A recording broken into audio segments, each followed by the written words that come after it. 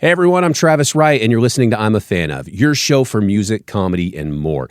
As always, if you are a musician, a comedian, or just someone that does something interesting, please reach out to me on Instagram at TravisCanListen. You can find me on Facebook at I'm a Fan Of, or you can reach out to me through the website at I'mAFanOfPod.com.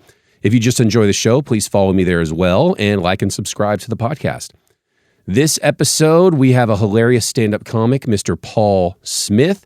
He's a guy who I've had the pleasure of watching around here at DFW, and he's incredibly funny. And I've also had the even greater pleasure of just hanging out with him a few times. And he's genuinely a nice guy. We have great conversations when we're hanging out. So I thought, fuck, I got to get him in here. He's so funny and he's so interesting just when we're hanging out. I know he's going to be interesting on the show.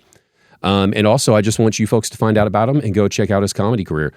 Apologies in advance. I've been suffering from a little bit of bronchitis, so I have some coughing fits. My voice through this intro at least isn't what it normally is. But more importantly, I apologize in advance for me coughing. I tried to get off the mic as much as possible, and we even had to take a little break at one point. But hopefully I'll be getting better soon. For now, please meet Mr. Paul Smith, and I hope you enjoy him as much as I do. The I'm a Fan Of podcast. Music, comedy, and more. No, nothing, Any man. racist stuff you want to get out of your system real quick? Oh, it'll just come out in the podcast, dude. Dude, Paul Smith. Welcome, man. Hey.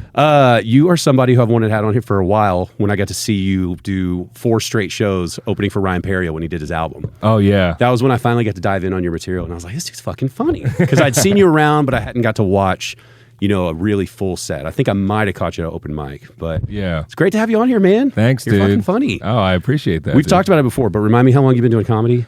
I started in 2011. 2011, okay. So, but I took a few years off. And it's a weird thing because I don't consider, because like I was in the military. Yeah. So like I wasn't part of a scene. I guess I was part of the military industrial complex, but like there wasn't like constant shows, Yeah. so, or mics even. So I feel like when I went to Denver for a year and then when I came here was like when I grew the most. So you started where? I started in South Korea, actually. Doing comedy in South Korea? Yeah. Oh, I knew you had South Korea background, but I didn't know you were in South Korea. Yeah, I was stationed there for like 4 years. Oh, that's right. You have told me this. We were just drinking a lot. Yeah. Yeah, I remember now. It's coming back. Yeah, dude. Yeah. And it's like there's a big English speaking expat comedy scene. A lot of foreign countries have those, actually. But yeah, I started at I started in South Korea at an open mic in an alley in Itaewon that was an Australian dive bar. Jeez. Let's get enough just crammed into that right there. Dude, that's what a weird place to be. What branch was it? Air Force. Air Force. Okay. Yeah. Wow, that's interesting. What made you want to start it while you were in South Korea rather than in the United States? I don't know. Like, Because that seems like it would be a weird, like you already got a little bit going on over there. Yeah. In the military in another country. It's weird because I think comedy is so like ever present nowadays, and you could find resources on like where mics are and stuff. But like, I think back in those days it was more like if you knew, you knew, right? Like, yeah. And I didn't know it was accessible. I didn't know I could just go to open mics and craft this act. Yeah. That was literally, you said 2011, right? Yeah. So that would have been about the time that I was getting into really going to shows locally, because before that I thought everybody who took the stage at Hyenas or the Improv, they were all flown in on a jet from out of town, and they're getting paid thousands of dollars to be here. Everybody, the opener, the feature, the headliner. And it was around 2011 that through like friends of friends that I met Paul Varghese. And then he was kind of explaining like, no, these people are here. And it's like, oh. And it's like, oh, so they just live here? They're like, yeah, and they don't make shit. Like, and that's when I started realizing like, oh, it's similar in Dallas where like that's when Backdoor was at the DoubleTree. Yes. And if you didn't know it was there, you never saw it. Exactly. You know what I mean? I think they gave them like a tiny little sign. And it was kind of the similar experience over here at the same time of like, oh, this stuff happens everywhere, huh? Yeah, they've never changed their website, by the way. It's still the same. Do you know it still says they're in like fucking Fort Worth or something? Yeah, it's something crazy. I dude. ran into Linda Stogner at her club a couple weeks ago, and I don't know her very well. I've met her maybe 3 times, and I don't know if she remembers me at all. And like, I was having the biggest internal mental debate of like, should I tell her website address is wrong? Like, would that be fucked up and rude? Like I don't. She's so nice, she's so friendly, and she's got so much on her plate. But it's like I've showed people. I'm like, yeah, you got to check out this venue in Richardson. They're like, it says it's Fort Worth or wherever it's at. Like the directions. I'm like, oh man. Well, anyway. Dude, it's worse than a GeoCities website. It's just literally one single image, and you have to expand it to see the information on it. Like, it's nuts. So it's literally the same website. Yeah, nothing's clickable. Like it's maybe 4 internets ago. Well, I think they still do it where you call to buy the ticket, right? Yes. Yeah. Yeah. You can't buy a ticket online, I don't think. You can't. And the clientele reflects that. Excuse me. There's something a little like charming about that, but at the same time, you're like, I really just want to buy a ticket right now. Yeah, I'm in talks with her to like kind of rebuild the website, modernize it. Yeah, but Jan still has like a big part in picking up the phone calls, so like we have to figure out a way. And my way is like we can modernize it, sell online tickets. But online tickets are $20. If you call, it's $15. Okay, so I didn't know you were working with Backdoor like that. Oh yeah, I'm there like whenever I'm not booked. Oh, okay, cool. Yeah. No, I didn't know that at all. Great, so I don't have to say anything to Linda ever. You got it. Yeah. Oh, trust me, we shit on that website plenty of times. Okay, good. Yeah, dude. Jan picking up a phone is like a fond memory, by the way. Dude, you should just call it. When you call that number on the website, it's Jan that picks up. Oh, like still her? Yeah. That's incredible. Because I remember now I'm lucky enough if I go there, I'm usually going with a comic or somebody, and I'm fortunate enough to like just get in usually. But like if I go with my wife or something, I always buy tickets still, no matter where I go. And when they were at the DoubleTree, those were like fond memories. Like you'd call, and it's like a little bit of chaos. Like you can tell, like, you know, because at first I didn't know that the women who were performing on that stage when I saw them were like operating and owning it, right? So they're tearing your tickets, answering the phones, doing all that, and then they go up and do a set.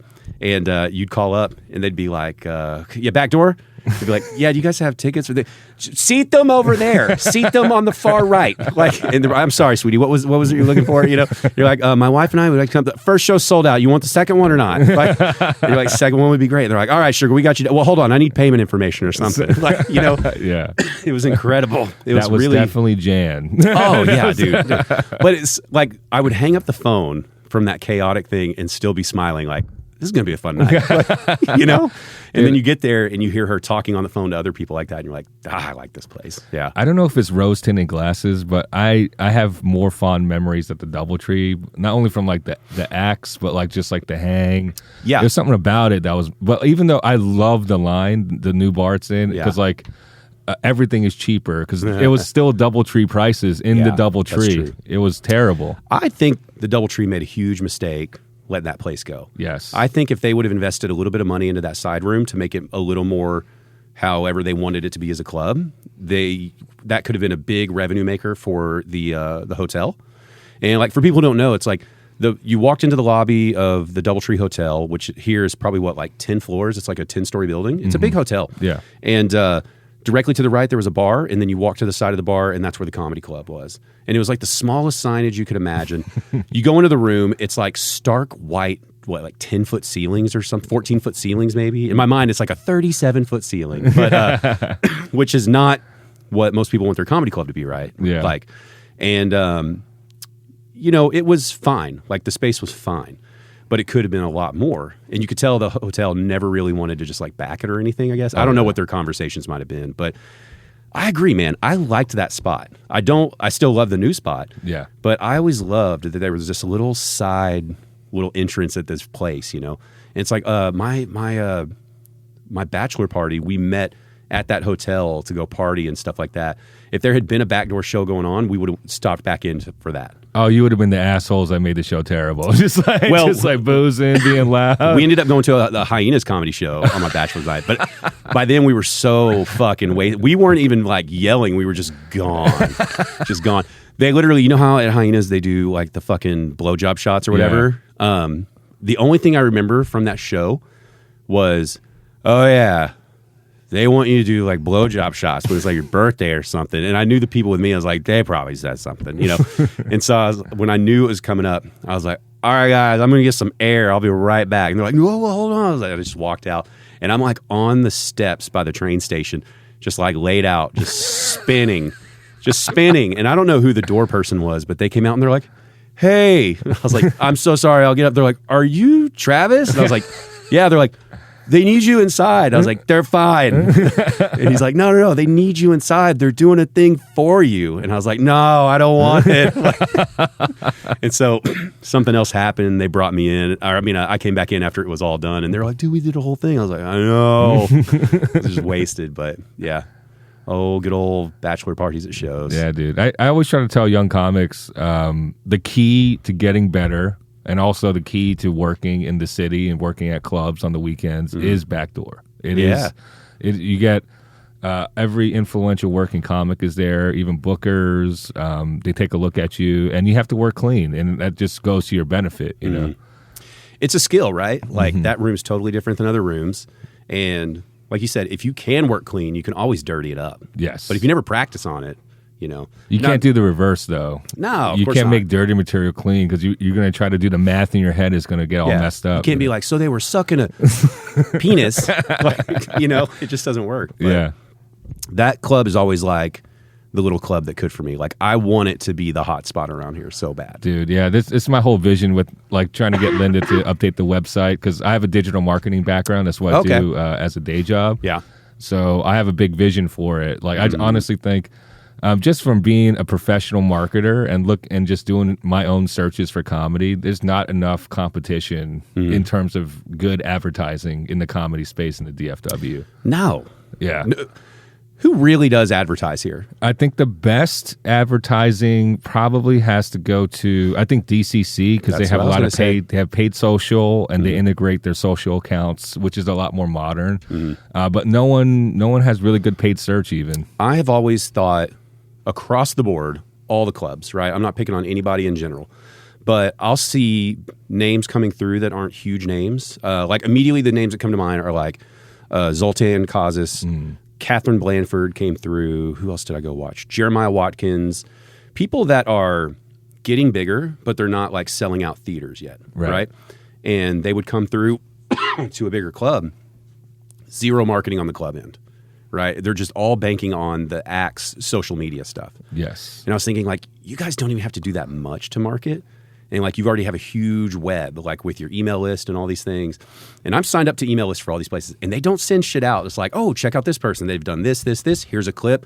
Like the amount of stuff you can just go, here's a couple links to all their work. You should come out and see them. And here's, I don't know, a free drink or something, whatever you want to do. Right? Yeah. It's the customer journey is a lot different. I'm getting like into the weeds about marketing. No, it's fine. It's fine. You have to create like communities around your brand, and like you want to engage with your audience a lot more. And I don't think any club really does that effectively. Yeah, I'm really excited. Like the time we're recording this, Joe Rogan's club just opened. Yeah, I think he's gonna set a new standard of how this is done. Did you see the little drone footage going through his club, showing it off? Did you see that? I didn't see it. Dude, first of all, it's incredible. It's somebody flew a drone through the front door and then through his whole club. And while they're flying like in slow motion, showing you the club, Bill Burr has got one of his more famous rants, which is him talking about like why you should chase your dream. And he's going on about how he was 36 living on a futon and didn't give a shit. And his girlfriend at the time was jealous because he went to some shitty club, told a joke that worked, came back, and was dancing about it, even though he only made $8. And she's like, I can't believe you only made $8 and you're so happy. And I have like a real paying job, and I'm never that happy. And basically the whole thing was like, don't worry if you're a starving artist. Like, follow your fucking dream. You're not going to lose. While they're showing you this incredible club. And he seems to have that obsessive nature. And more importantly, he's got the money. Yes. Where it's like, I think he's going to give a quick lesson over the next probably 2 or 3 years about how you build a club and a scene. Because Austin, I would think their comedy scene is behind ours in terms of how many clubs they have, maybe even how many comics they have. And he's about to blow it up. Yes. I think it's going to be great. Yeah. But I'm so excited because I think clubs here will benefit from going, what are they doing down there? We need to copy a little bit of that, you know? Right. I think a lot of new ventures, they kind of mess up. They're like, oh, we just need good comedy. It goes beyond that. You need to like build a relationship with the people that patronize your place. And a way to do that is branding, right? That's what Joe Rogan has out the ass is just top of the line branding. He's, the biggest podcast in the world. Like every open micer and the mother moved down to Austin when he moved to Austin, He's got such a huge following. So I think brands in the future have to be cognizant of that. It's like we have to build this brand as opposed to let's just have good comedy, which I think good comedy is also a key, you know? Yeah, but I think you get good comedy. Like if the good comics know that place is a vibe, right? If they hear like, dude, this place wherever, like it's so rad, you got to go check it out. The funny comics will want to come there. And then it's just about money. Like, can you pay them, right? True. But you guys take such shit money all the time anyway. If it's a cool place, you'll come for less money as long as it makes sense, right? Do you see what tickets are reselling for over there? They put a thing on their website today that said your name has to be on the ticket. On the name on the ticket has to be the name of the person showing up. Wow. They want no more resales because, gosh, sorry, I got a little bit of bronchitis, I think. But I looked because tonight is their first, I think, open mic and crew show, like the people who work the doors and stuff. And before I remembered I was interviewing you tonight, I was like, I could buy a ticket and drive down and watch that and then drive back. And it was already sold out. And it said on there, like, you can't resell it. Somebody in your party has to have their name on the ticket, which is probably great, right?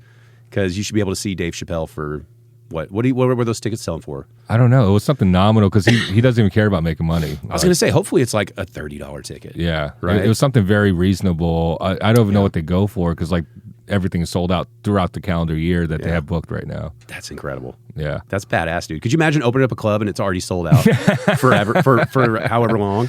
Yeah, dude. That's badass. Dude. It's insane. Yeah. Are you going to drive down and try to get on a show somehow or open mic? Nah. No?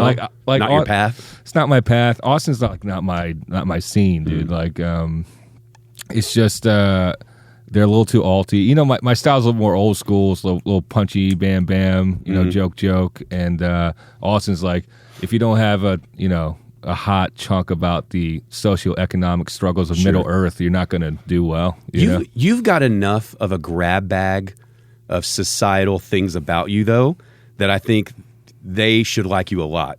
Meaning, because I know you've got South Korea background, but what's the other one? Because you've got two mixes that are totally opposite. Oh, right? yeah. My father's Italian. Italian, right? Yeah, Okay. yeah. So an Italian South Korean living in Texas who's a military veteran, right? Like, come on. Austin should be like, yeah, man, that's weird enough for us. Oh, yeah, I know, dude. But for some reason, I only did well in Austin once ever. Okay. And that was at an all-Asian show. That was fun as shit, though. Yeah, that's hilarious. What kind of venue was it? It was at the Asian American Resource Center. Oh my God. And I was like, this sounds like a hell gig. It's like it's not a place for comedy. It's like for like where like kids go and learn math, you know, on Sundays because their parents are strict. You know what I mean? You're like still the best show I've ever had. Yeah, it's still they packed it out. It was a big conference room. It was like 250 plus people. Hell it yeah. was like wall to wall. And it was just like, you just wouldn't expect them to be hot, but they were just blazing hot from the beginning. That's badass. Yeah. There's something about, like, I don't want to call it immigrant culture. I don't know. We live here in Dallas, so, like, there's cities near us, like Richardson, where there's a huge population of, like, Indian people, like Burmese, and I'm trying to think. Anyway, a couple other countries, like, they just immigrate here a lot to that area, right? And, it's like they go down hard. Like we've gone to some of the restaurant bars and stuff in those areas, and you're like, damn, this little place is packed. And they're like having a good time. I don't know what it is. There's something different outside of like our American culture, I guess, when you're an immigrant in America, where you're like, we go hard. You know what I mean? Yeah. Like my friend's Indian, we went to her wedding. There's like 500 people at this fucking wedding. That's crazy. And they're all just there's not anyone having a bad time. You know what I mean? Yeah. And we literally like, that was the first time I felt like a minority of some kind, because we're literally put it like, we're friends, not family, so we're put at like the minority table just because we're friends, but we all just happen to be white, you know? It looked like the Friends cast. Absolutely. Around the table. And there's so much tradition to the wedding that we had no knowledge about. So we're just like, you know, studying at the same time, trying to figure out what's going on. And you know, we just look like, this is nice. There's dancing. That's You're fun. trying to do some of the dances at the table. Yeah. Oh, yeah, dude. Yeah. And then you immediately realize you're like, I don't know dance at all. I have a few moves and they're not that good. Yeah. I mean, the amount of, have you ever been to an Indian wedding? I haven't, but I'm sure I will soon. The choreography is incredible. Whenever Arun gets married, I will be there. Is Arun ever going to get He's married? never going to get married. That guy. Hey, Arun. No. Sorry, we got way off track. Let's talk about you, man. Let's talk about you. South Korea in the Air Force. Yeah. First of all, was somebody fucking with you going, let's send the South Korean to South Korea? How does that happen? I got lucky because so I failed college 3 times because I'm a terrible Asian. And I started working for my mom's dry cleaner, which is also a stereotype. Yeah. But some stereotypes are true. She had 2 dry cleaners, and I worked in the satellite one. This small one is bumfuck town called New Egypt. New Egypt's famous because one of the cast members in season 2 of Jersey Shore is from New Egypt. Oh, hell yeah. That's the only reason why New Egypt's on the map. But I run this rinky-dink store 10, 12 hours a day. She'll pay me $10 a day as like some like not studying Asian penance, you know, like just like to punish me, right? Yeah. And then for like after like 2 years of that, like fucking like my own like Greek mythology, rolling a ball up a hill for 2 years. One of her clients was an Air Force recruiter, and he was like telling me about these different jobs. I had no idea that. I thought you go into the military, you're just some grunt. Even in the Air Force, you're just a grunt in the air. You know what I mean? But he was telling me about the military intelligence stuff, how there's linguists, how the Air Force can teach me Korean, and I could become a Korean linguist. I was like, that's crazy. And then so I passed all these tests or whatever, and the D-Lab test is the hardest test I ever took in my life. What's D-Lab? It's a defense language aptitude battery. Yeah, that's how brainwashing the military is. I took that test like almost 20 years ago, and I know what that acronym stands for still. Like, so it's a D-Lab test. Pretty much what they do is like it's like a 30-page test, and each page has like 4 questions. They make up a language. And the first page, they tell you the first grammar rules, simple grammar rules. Then you turn the page, there's more rules, and then you build upon the last rules that you learn, but you can't go back. So like it keeps building these rules of this fake language, and you have to answer in this fake language. It's just like a 4-hour test. What's the purpose of it? It's to see if you could pick up languages quickly. Okay. So like the job I went to has one of the highest washout rates. It's like second behind like pararescue and shit. Okay, You know what I mean? So like it's just really hard, like mental stress and all that stuff. But I passed it. I went to MEPS. I went to basic training.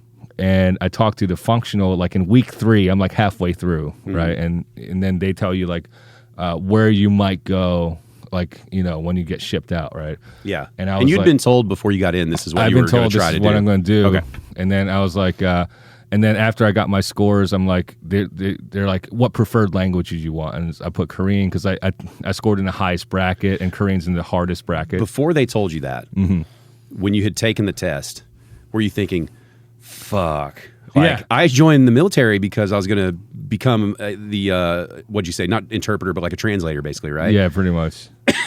But if I fail this, I'm still just in the military. No. Right? If I failed that, I would have just been at that dry cleaner. Oh, okay. So you still had it out then? Yeah. Okay. I was just going to work for $10 a day for the rest of my life. Okay. Well, that's good because I was like, damn, that would suck to go in the military, not get the thing you were hoping to get, and then just get like sent off to Afghanistan or something. Oh, no.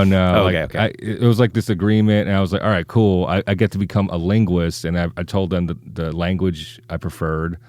And then I get to basic training. I'm 3 weeks in, and I talk to the functional, and he's like, all right, you're in Cat 5 languages. You're going to get either Korean, Chinese, or Arabic. And I was like, sir, I put down Korean, and he just starts laughing. I was like, am I not going to get Korean? He's like, it's needs of Air Force, man. So I was like, luckily I got Korean, and Korean is cool because like it's the only language you study where you go to the target nation, like the host country. Like if you learn Arabic, you go to Georgia. If you learn Spanish, you go to San Antonio. But Korean linguists, you learn Korean, you get to go to Korea and like fully immerse yourself in that culture. Hell yeah. How much Korean did you know? I didn't know that. Like before going in, I knew very basic. Like when I grew up, like I knew Korean, but my mom wanted me to learn English, so she just used English in the house. So like my Korean was like 0 pretty much. Is she first generation? Did she immigrate here? Yeah, okay. yeah. Typical story, you know, my dad's Army war trophy, Korean bride. like met her in a farm or some shit in Korea. Oh my God. Excuse me. I'm gonna edit all this out. Good. So, sorry, we were talking about your mom. Yeah. But no, we were saying she wanted to teach you English. Yes. So she never spoke in Korean around the house. So I knew zero Korean. Yeah. So I remember at DLI, the Defense Language Institute. It's in Monterey, California, like mid-coast. Beautiful place. Mm-hmm. And I remember learning Korean. I was killing it, bro. And everyone's like, "Oh, he's Korean. He's gonna." I was like, I didn't know shit, dude. Yeah. Just like try. You know? Did they when you were talking? Did you have an American accent as a Korean speaker? Yes, my accent sucks. It still sucks because, like, you know, if you're not a heritage speaker, it's just going to suck, bro. I've always wished there was a tool where you could get in the mind and hear your accent. You know what I mean? Yeah. Because there's no way you really know how you sound, but everyone else is like, oh, he's clearly American. Hi. Oh, I'm yeah. Paul. No. Bro, you know what sucks? Like, my Korean was still better because, like, a lot of us, even Korean linguists, wouldn't go out a lot. There's a core group of us that went out and we're like, we're in Korea, we're gonna fucking party every fucking chance we get, right? Yeah. But my Korean was still better than my friends because I was going out a lot, hanging out with actual Korean people. Because like right outside of base, there's a temptation to just hang out there for like 2 years because there's like literally like 300 bars within like two city blocks because they build up and down. Yeah. One building could have like 20 bars, dude.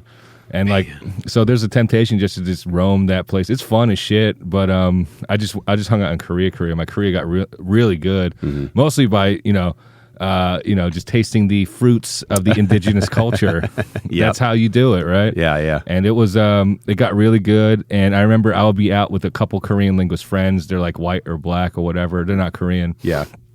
I'm speaking in Korean and they're like, oh, that's cool. And then they'll say something in choppy ass like, 안녕하세요. And they're like, oh my God, his Korean is amazing. You're a genius. I'm like, I was just having a conversation with you about politics. And this kid was just like, my birthday is in 2 days or some shit. You're like, wow, he's gifted. That's what it is. He's super gifted. Yeah. So like just being half Korean, it's just like, it's weird too. Cause like it's a cultural stigma. Yeah. It's kind of phasing out with the younger generations, but like half Koreans are kind of like, looked at as like lesser thans, you know. It's crazy. It's like everybody finds a way to be racist, no matter how similar you are. Yeah, right. It's like at that same friend's Indian wedding, they were cracking jokes. The person who was emceeing it was cracking jokes about the North Indians and the South Indians, and then somebody was explaining it's like, oh yeah, they've had big problems for like in the past. I was like, everybody has their own little civil war here. Everybody's got their own like we hate these people. It's like. You can find something no matter what. Did you ever watch Rick and Morty? Yes. Did you see the episode where they're fighting because there's people with swirly nipples and people with pointy nipples? No, I didn't see that. Oh, that's hilarious. Absolutely incredible. But anyway, go on. You were talking about how you were not liked as a half American, half Korean. Oh, yeah, dude. It's just like a weird place to be in because you're not really American to Americans, and then to Koreans, you're not. You're even lesser than like some other culture. You know? And here everyone's like, so where are you from originally? I'm from like where, Jersey. Yeah, from where Wawas are at. Yeah, you know? Like no, before that. Yeah, exactly. Yeah. That's interesting. What about your dad's Italian heritage? Did that clash with how your mom wanted to raise you? Look, how does that work? Korean women or Asian women in general are domineering. So like there was really no say, you know what I mean? Interesting. Like my dad is a sweet guy, but you know my mom pretty much ran everything in that house. Yeah. I'm stereotyping her as like this small, tiny woman who's like hitting him with a shoe or something. I don't know. That's what pretty she's accurate. Yeah, all right. Nice. Like we never use the dining table because like Korean people we like the floor tables. So we hide them behind the couch, and then when you eat, you take them out and you sit on the floor and eat. We would maybe use the dining room tables like for Thanksgiving, you know what I mean? So I remember like even just like I didn't know like Western like manners and stuff because like Asian is like a lot different where we could like slurp soups and elbows on table, who cares, you know? And I remember like first couple times eating at a friend's house, I'm like, oh, I look like an animal. Dude. Yeah, I'm just like, you know. Get your arm around your bowl. Just, yeah. I'm American. Just playing poker like every other Asian person. Dude, I'm American, and that's how I want to eat every meal. Like, we grew up poor and white, and we just called them TV trays. Like, you still you still sat in a chair like in the living room, but we were just watching TV, and it was different. But I always thought that was more Japanese. I didn't realize that was Korean. Look, all right. I always tell people this. Yeah. When you look at a map, Korea is landlocked. Japan's an island. How did they get there? Sure. They had to go through, like they don't want to admit this, the Japanese, but they had to come from it's the closest landlocked country to Japan. Yeah, everything's just so old over there that you don't know when the migration happened. And then everyone hates each other so much. That's true. You know, but there's a lot of similarities between Korean and Japan. Grammatically, they're the only two Asian languages with the same exact grammar patterns. Same exact. Okay. It's just the sounds and words are different. There's some shared words, but like the grammar is exactly the same. Chinese, the grammar is a lot more like when English. You say the words are different, but the grammar is similar. How close is it to the difference between like American English and British English, where it's like, yeah, it's all the same. We just have like, we call they call a trunk a boot. Like, is it kind of like that, or is it more different? It's more different. They have their own alphabet and their own kind of native language. But like there's these things like the grammar patterns that you use to inflect meaning into a sentence are exactly the same in Japanese, and you don't see that with other Asian cultures. So does that mean you could learn Japanese pretty easily? In theory, yeah. In theory, as long as I learn like a decent lexicon and like words, and then I could substitute in with the grammar patterns and stuff. I want to get wealthy enough that Japan is a place I can go to more often. You know what I'm saying? That's like Korea's budget Japan, dude. I want to go to both though. And it's like in my mind, it's like, oh, I'm going to be like 60 years old. I'm going to speak like 4 languages and be a world traveler, and and it's like, well, time's moving. You better get on that. Like, Japan's hyper expensive, man. Yeah, that's why the getting rich part needs to come in. But I don't know. Everything in that little area of Asia just seems fascinating because the technology all just seems. It's like, you're taught in America that like we're the leader, we are superior to everything. And then it's like, shit, over there in that part of Asia, Japan, South Korea, it's like, it feels like they're living in the future compared to us in a lot of ways. A lot of ways they are, but a lot of ways I could see, I missed America being over there for sure. I didn't know I was American. I always identified as Korean when I was growing up. I look Korean or whatever. My mom's Korean. I live in Korea for 4 years. I'm like, I'm so fucking American, dude. I want cured bacon. Can I just get cured bacon? So when you there, were you like, I'm American? Yeah. Like, it took me like a year to realize, like, I was like, oh, I'm not Korean at all. I'm 0%. I'm 100% American. I just am Korean ethnically. Yeah, that's weird. I mean, the more you think about race and ethnicity and how it combines with national heritage, the more you start realizing, like, none of it really matters. It's just how far back are you willing to go to say this is what I am? Right. Because if you really go back further and further, it's like you're not even going to be South Korean. Yeah. You know what I mean? That's just a fraction of time that exists. Yeah. And it's like the more you think about that stuff, you're like, I mean, it matters, but it really doesn't matter. I think the only one that's really, really old that you're like, oh, okay, would be like... I don't know, Jewish and Chinese. Like those cultures have been around for a long, long time, Thousands, right? Yeah. Egypt, if you're Egyptian, that culture's been there for a minute. But it's like, I'm American. Every time I make fun of China to Peng, you know what he says? He's like, we invented Koreans. And I was like, it's the Trump card, dude. I can't. Yeah, well, fuck you. That's all. Yeah. Oh my gosh. Yeah, that's interesting. Dude, in Asia, like the amount of different Asians. Oh, yeah. And it's like, that is definitely my weakest point of geography. Like if you put 5 people from 5 different countries over there and told me like, where do you think these people are from? I'd be like, I don't want to play this game. I don't want to play this game. I'm from Texas. This is not going to go well. Okay. And I'm going to look like a fool. Mexico. Yeah. Let me taste the food, please. No. But yeah. So... What is when you were like growing up, I identified as South Korean. Mm-hmm.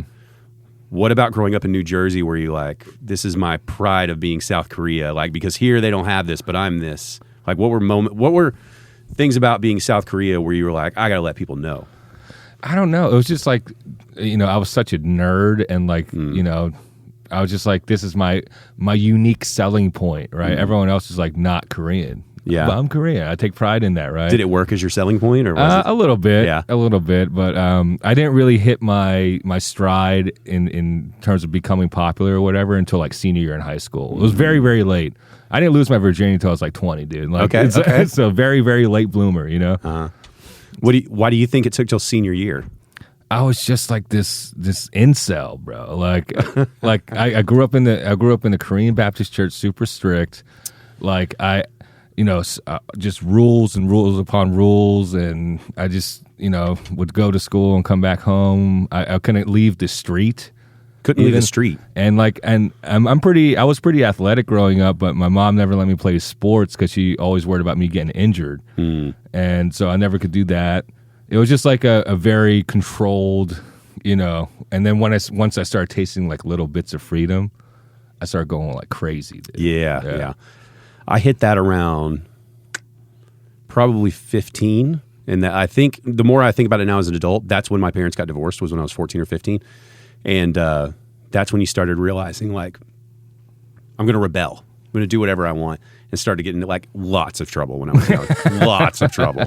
Like, the thought of being the way I was with a smartphone now, it's like, I don't know how kids do anything. Oh my God, dude. It's like, I don't even get involved.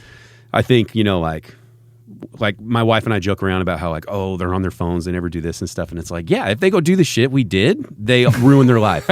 They ruin their life. It's all recorded. They're fucking done. Kids probably figured out how to landline communicate with beepers. That's probably doing that on the download. I'm telling you, man. They're going to do some of that shit. Like, they have to. Just the same way vinyl records come back, people are going to be like, it's a fucking landline, dude. Our conversation sounds so sweet on this compared to like digital. Bro, you know where Deep Ellum Tacos is? Yeah. All right. So me, Barry, and Megan King were hanging out there like this past Wednesday. And we saw Jenko's in the wild. Oh, dude. Just walking right past Reno's Chop Shop. Yeah. And I was like, oh my God. Jenko's, baby. But no chain wallet. He's doing it wrong. It'll get there. Yeah. It'll get there. Give it another year and the chain wallets will come back. We got to have a store that comes out that is not Hot Topic, but is basically Hot Topic. And then all that stuff comes back. Hell yeah, dude. And then it's like styles just get tweaked, right? Like women started wearing a lot of the jeans and stuff that women were wearing in like the 90s. Like the high-waisted stuff came back.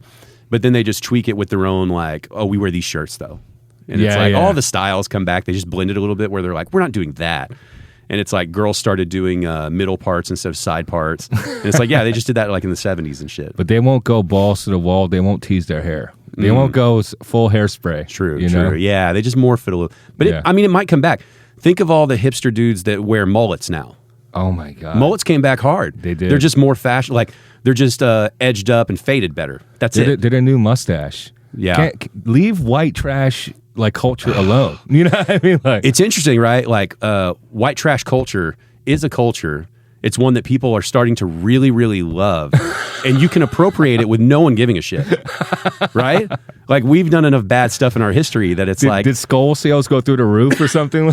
Dude, you can get some skull, some Pabst Blue Ribbon, grow your fucking mullet, wear a wife beater, no matter what culture you are. And we're like, yeah, man, he looks cool doing it too. And since he's black, he can wear a pink one and it looks really hot. Like, and I can't pull pink off because of my complexion.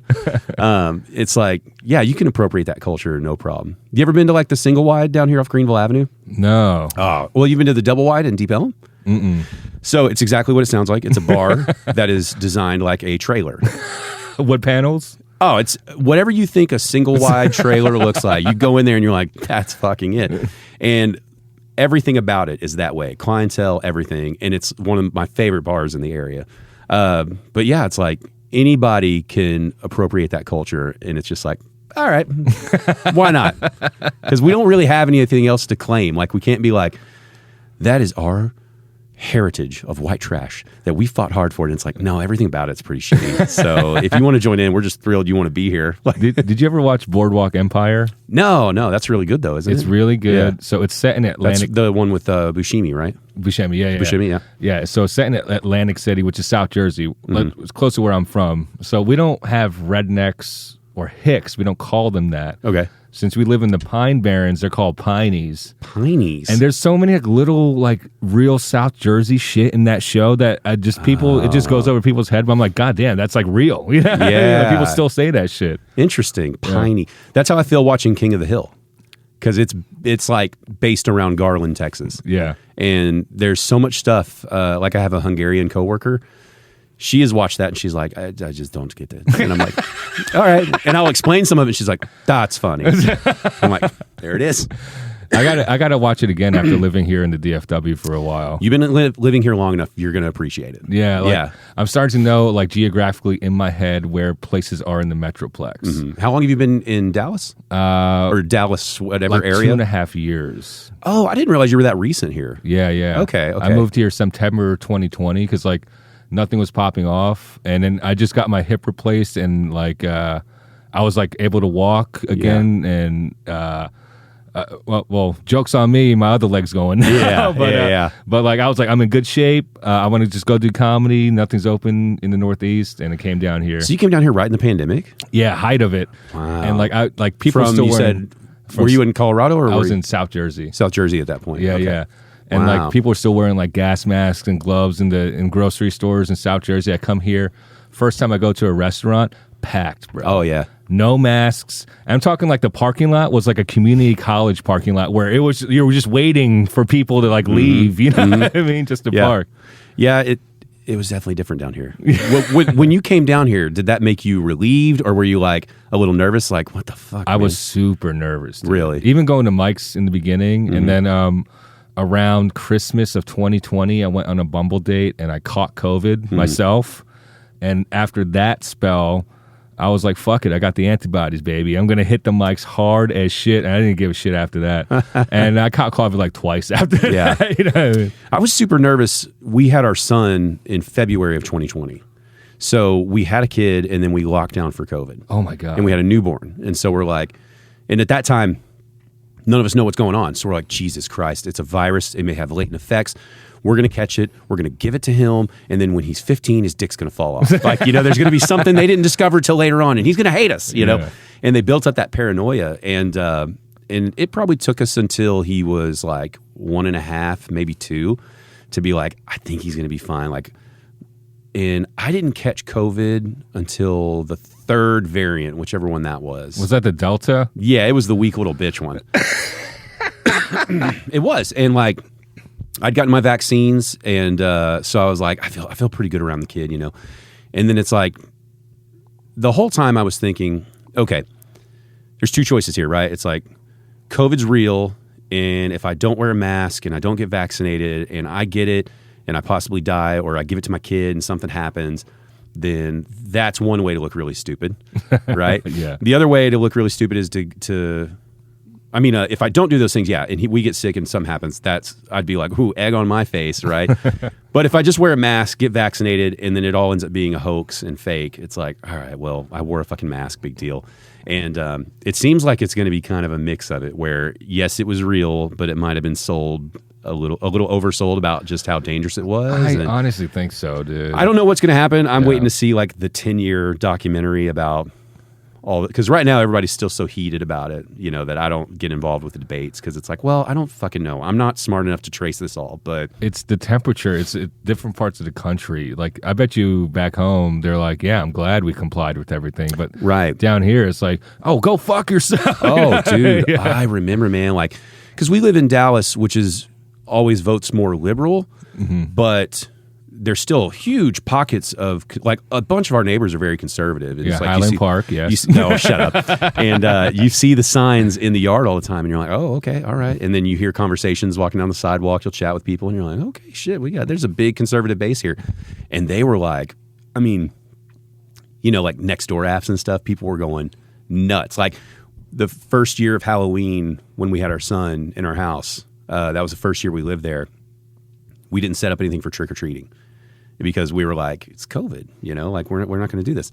And people were like, I can't believe this neighborhood. And it's like, Jesus, we don't know what we're doing here, But now, I mean, I don't know. We'll see how it all plays out. I think the Nextdoor app will make money if they have like a side app called Girl Next Door app. Oh, there you go. Hell yeah, you can meet the girl next door in your neighborhood. That'd be dope.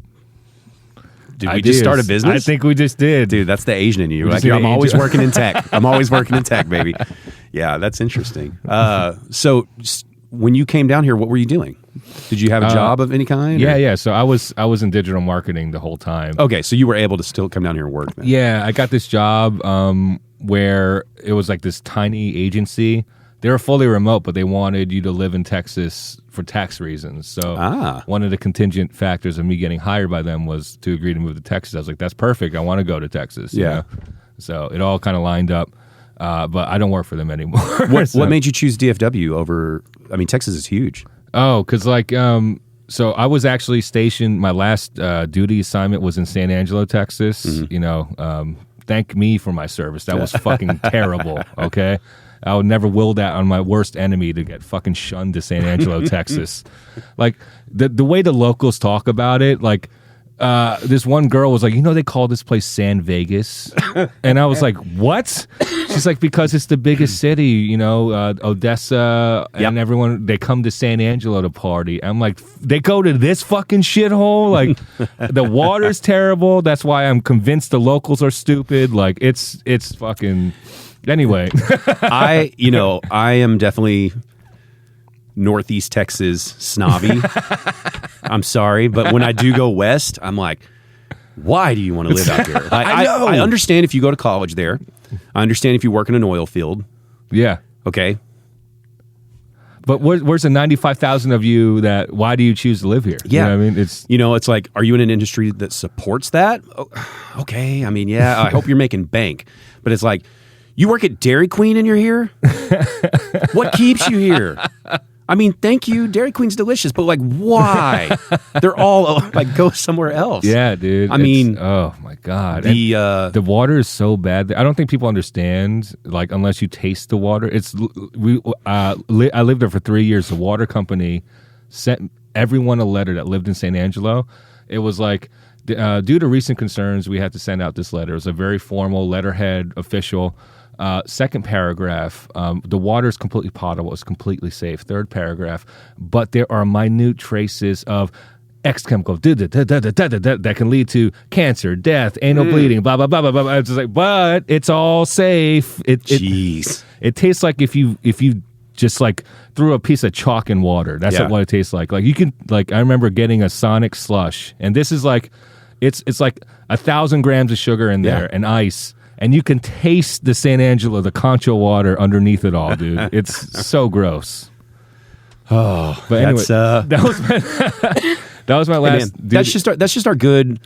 That's the freedom you get in Texas. Damn it, we deregulate and we make money. And you know what? Your company brought you here because of those low taxes. So you're welcome. Drink your water. That's true. No, water here is great. That's why I moved to DFW. The water is fantastic here. But that was my last duty assignment, and I started comedy in Korea 2011, and then I moved I PCS to San Angelo late 2011. Mm-hmm. And there was a bar called Woofers and Tweeters that did monthly comedy shows, and a lot of different acts from all different Texas cities would come through. It was a one-nighter. I think they paid the headline like $400 or whatever. Feature got like a couple hundred, So it was like, it was a good place for young comics to stretch. And I got to be the house MC, so every couple of shows, I could get to host it. And that's where I met Liam Nguyen and Casey Coleman in like 2012, I think. And they brought me up to the DFW, and that's when I first saw what real comedy was. They took me to Backdoor, completely shattered my brain. I was like an edgelord open micer back then. Okay. My first joke was about like Casey Anthony. Oh, nice. So like, and then I go to Backdoor, everyone's clean. No one's even cussing. They're smashing, absolutely smashing. They take me to Hyenas, just murdering. And it's just like, and it's just joke after joke. I'm like, oh my God, this is what comedy is. And then like, I worked my way into like getting like spots at Backdoor because I would come up here like once a month. I started taking Dean Lewis's class. I would drive up here like every weekend to take his class. So like, and then I got to do other cities when I was still stationed in the military. I got to do Austin. I did something in San Antonio, and I just felt that the Dallas scene was like underrated. And you know, coming back and you know going to different cities again, I still think it's underrated. Yeah, excuse me. I definitely agree with you. And then the only reason I ever doubt myself is because I don't perform stand up. So I'm like, am I just biased as a fan? Yeah. Right. And you know, I think, well, I haven't watched comedy all over the country. You know, like what do I know? But I do watch enough of it online.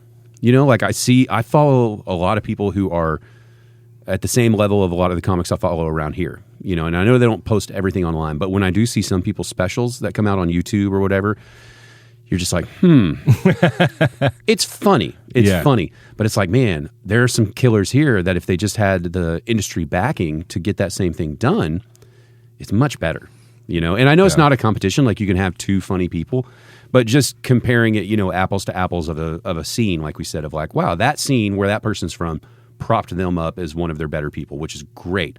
But that just means we just need the infrastructure here to prop up our great people to show people like, look how good it is. It's this good. It is really good. And it's like this perfect little scene where there's a ton of clubs and it's not oversaturated to the point where you can get club work when you reach a certain level. And that develops you like crazy. Like just getting club work regularly tightens you up. And you could just tell when you go to different places and you watch the locals and you could just see, you know, the differences. Like I think even our open micers are like strong in comparison. They are, because talking about like just having what we have here, God, where the fuck was I?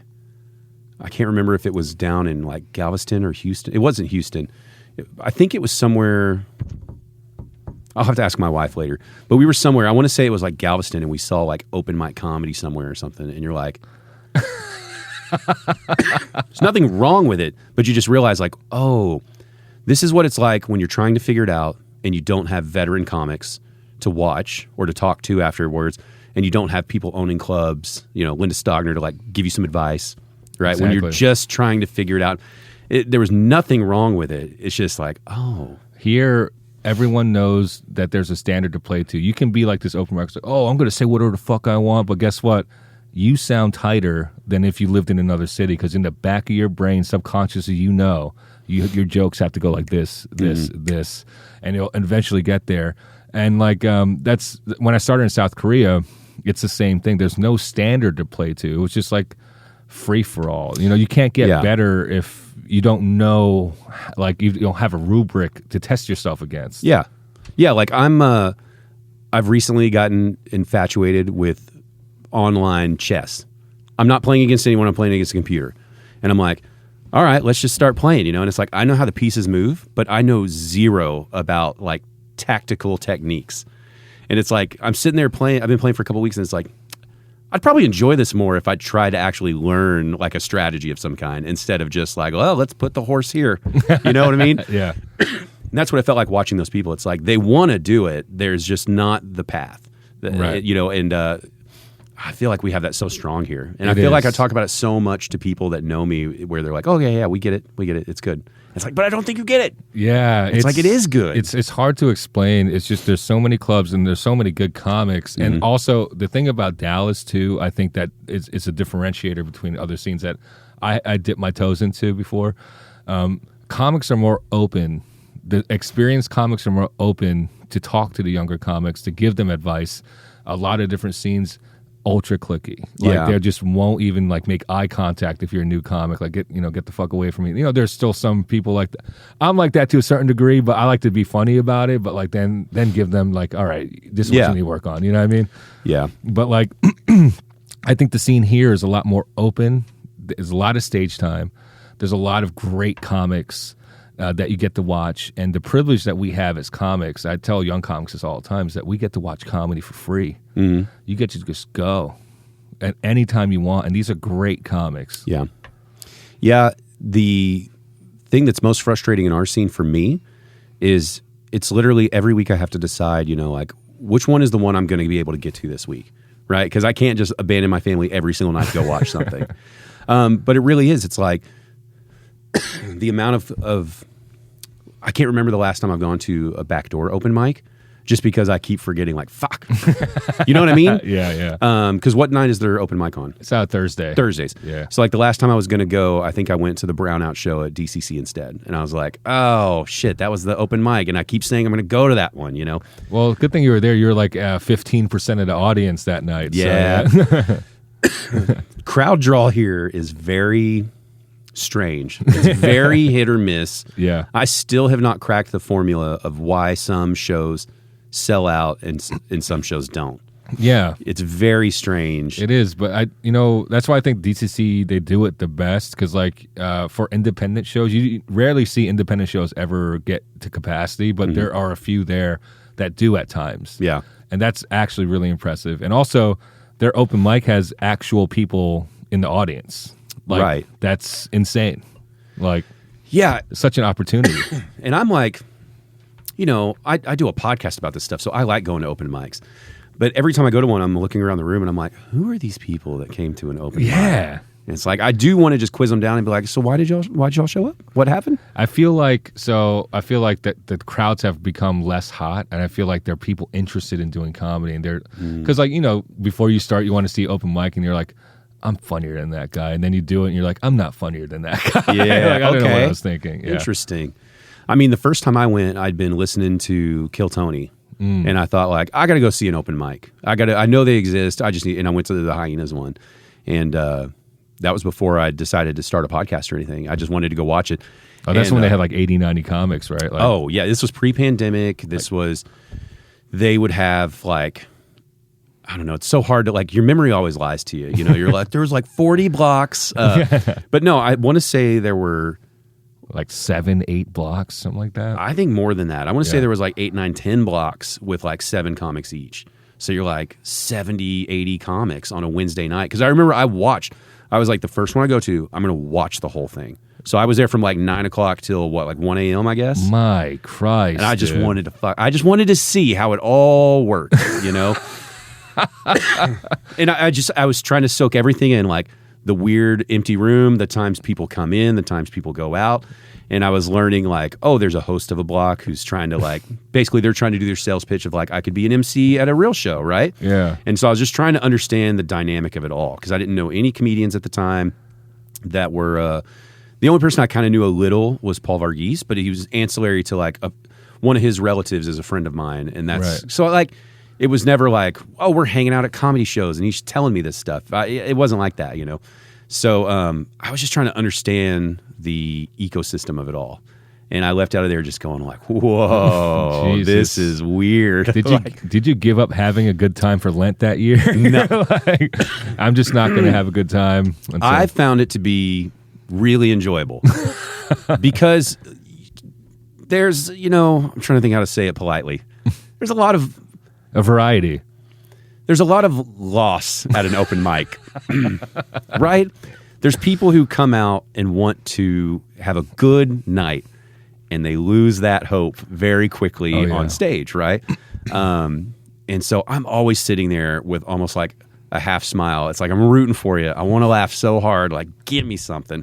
So then when you get somebody who genuinely gets a good punch, you're just like, fuck yeah. Like, something about that almost feels better than when you're at a big club and the whole room's laughing. Oh, yeah. Because it's like, they earned it. You know, like when you got the 7 people to laugh, not the comics on the back wall, the 7 strangers who are bored out of their mind right now, to laugh. It's like, that was a fully earned laugh. That's some witchcraft right there. Yeah. And so I remember the first person I saw do that was, I don't know how much he's performing around here now. Do you know Daniel Magden?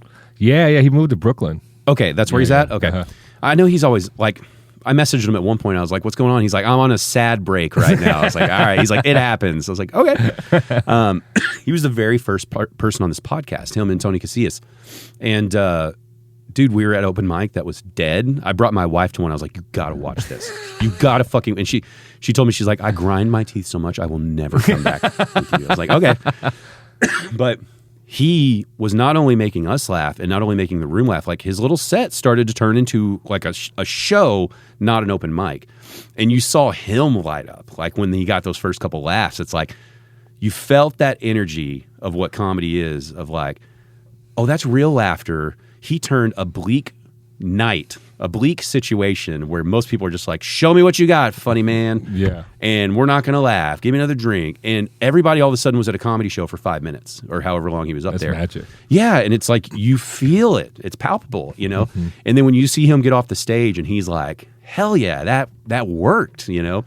That's when it kind of hooked you and you're like, that's the magic of that open mic stuff. You know, killing at an open mic is like Rocky V. It's like, you know, you lose sometimes the real fight, but the street fight for the pride. When you kill at an open mic, you feel that Rocky V moment. It's like no one saw this, but I just killed you. Dude, it's really fun to watch someone do good at an open mic. It's like you're seeing them grow and get inspired. And that is like one of the biggest reasons I love doing this show. I keep thinking, how can I get people to go to like I would love to have like a bi-weekly, like twice a month, where if I had a bus and we loaded up like 60 people and we just randomly drop in on a different open mic that night. You know, like this week we're going to that open mic. In 2 weeks we're going to that one. But don't tell the people, don't tell anyone. It's just like a random pop-up. That is great. That'd be so much fun, right? Because then as the open micers, you'd be like, oh shit, we've got a crowd. Also, that'll give open micers incentive to go every mic because you don't know which one is going to be at. You don't know. That's a brilliant idea, dude. And I just think it would be fun, right? Because how much material have you worked on to a sad, empty room? A lot. Okay, and Pretty how much my whole fun would act. it be to work on that material with like 40 comedy fans who took a bus together to go there, who like love it. And it's my like, God. if you start to suck, they're like, you got it. Like I'm actually half hard right now. Like I'm chubbed up. I'm trying to think how I can get it done. I started a little comedy group where we were trying to go to a once a month show, and pandemic hit, and it was just hard to keep that going. And I didn't like how that one was work. It wasn't really what I wanted it to be because we were going to like we're going to people's paid shows that usually had a good crowd, which was fine. But it's just hard to coordinate people to like buy tickets and do that, right? So I was trying to think of a way like we could go to free shows and you're still supporting the comedy scene. And that's when I was like, God, if I could convince 20, 30, 40 psychos to come with me to open mics twice a month. Open mics, even like free showcases. There's some free showcases around. I think the fun of the open mic though is if it's got to be people who love comedy to come with us. It's got to be someone who's like, I love comedy and I love my scene. That way you get to see somebody grow. Because like one of the things that is incredible about it is like, I will now have memories of getting to watch Ralph Barbosa at open mics. I'll have a memory of watching him do a show in front of like 7 people at Stomping Ground, you know. Which will never happen again. It'll never happen again. And it's like, there was nothing negative about his performances back then. He was doing his thing. But it's like, man, you know, Ralph and I aren't like super tight friends or anything, but it's like, I get to have that memory in my mind of like, shit, I saw him at the DCC open mic. You know what's crazy? Yeah. It's like if people know you do comedy in Dallas, they're like, do you know Ralph Barbosa? That's awesome. Like, yeah, we used to do free shows together. Yeah. For no one. And so, you know, how many more of those stories do we have coming up right now? And it's like, that's the beauty of Dallas and Fort Worth and like the DFW scene as a whole is you don't realize that there's these people all around us and it all comes down to timing and fate. Like there's a bunch of people who are working really hard and if they get the moment, they're going to go. It just comes down to will the moment come, right? And you got Pung Pass at the Cellar. Punk's Pass at the Cellar. It's insane. You got, you got guys like Casillas and stuff that are going down south in Austin and they're doing their own thing. Like, who is it? It's like Casillas, I think it's CJ Landry, Philip Garcia, Liz Splatt. God, there's a couple others. Sorry if I forgot your names, but they're all from that DFW scene and it's spreading out. And those are all people where very different styles of comedy, right? And you just don't know like which way the tide's going to turn. They're working, they're trying to get in the comedy scene. Same way with Pung, he's going up to New York trying to do that. And it's like, and that's not including how many other people we didn't mention that are working just as hard as those people. Oh, yeah. Right? Like I could sit here and just go, first of all, just like everybody I've had on the show, I would say the same thing about them. And it's like, if they get the right moment, it's going to pop off. And how cool would that be to be like, yeah, I saw them at Backdoor on a Thursday night. It was awesome. You know? Yeah. Because I hope if more people do that, like what I would love to see Ralph doing more eventually, like he's doing everything he needs to do right now, It's like, okay, once he gets done doing his big thing, it's like, how cool would it be to know that Ralph Barbosa is in Texas and he's going to drop in on this show? Oh, insane. And do 5, 6, 7 minutes. It'll be like a Dave Chappelle moment. That's what I'm saying. It really will. And like, I truly believe he'll do that at some point. Right now, he's got to do everything he can to keep his career rising the way it has to. But that's what this scene has, that ability. We have these heavy hitters that it could turn into that scene, similar to what Rogan's doing in Austin. Yeah. And then they both thrive and everybody wins. Yeah. And he's like the Michael Jordan of this, Ralph. He's super, well, I would say, unlike Jordan, Ralph is very humble about, he's just phenomenal, and he works so hard. Like, he writes all the time. Yeah. And he's just such a nice guy, such a funny, nice, humble guy. And it's just like, couldn't happen to a better dude. When I saw his first, it was the HBO recording was the first one that came out, right? That was big. Was it the Ha Comedy Festival or? Whichever one where it was primarily like Latin or Hispanic comics, right? And he did like a short set. But I remember thinking like, wow, he's got a lot of material that I've never heard before. And I've watched him a lot. Yeah. And I was thinking like, fuck, he's writing a lot. Yeah. And it's like, well, that's what you got to do. He would go on the road and come back with just a killer couple of bits about his experience on the road. It's like, that's just insane. Like, these are like, when did you work? Like, it'll take a comic like weeks to figure this out. He'll just come back in a couple of days and just have this bit. I heard a story. I don't know if this is an urban legend at this point, but I ran into someone that worked at Tower City Comedy Festival in Paris, Texas. He worked with Ralph in Upstage in San Antonio, and he told me the story that he said Ralph told him about his Don't Tell set in L.A., and he said the comic that picked him up at the airport, picked up Ralph at the airport, Ralph was asking him questions in the car ride about the differences between Texas and California. He pretty much wrote that bit in the car ride. Nice. Did it on Don't Tell. Now it's like one of the biggest Don't Tell clips. That's pretty much what platformed him, just, shot him through the atmosphere. I believe, after talking to him a lot, I believe that he's got that kind of focus that he would talk to someone, write about it, think about it at a hotel or wherever, and go like, I'll try it. Yeah. Because I'd seen him do so many different bits at open mics. He was rarely telling the same stuff twice. You could tell he was working on things. And it's not like everything he did was gold, but, like, he always had something where you're like, oh, there might be something there. And it's just whether or not he could work it out. And then you would see that he'd keep going with some stuff, abandon some stuff.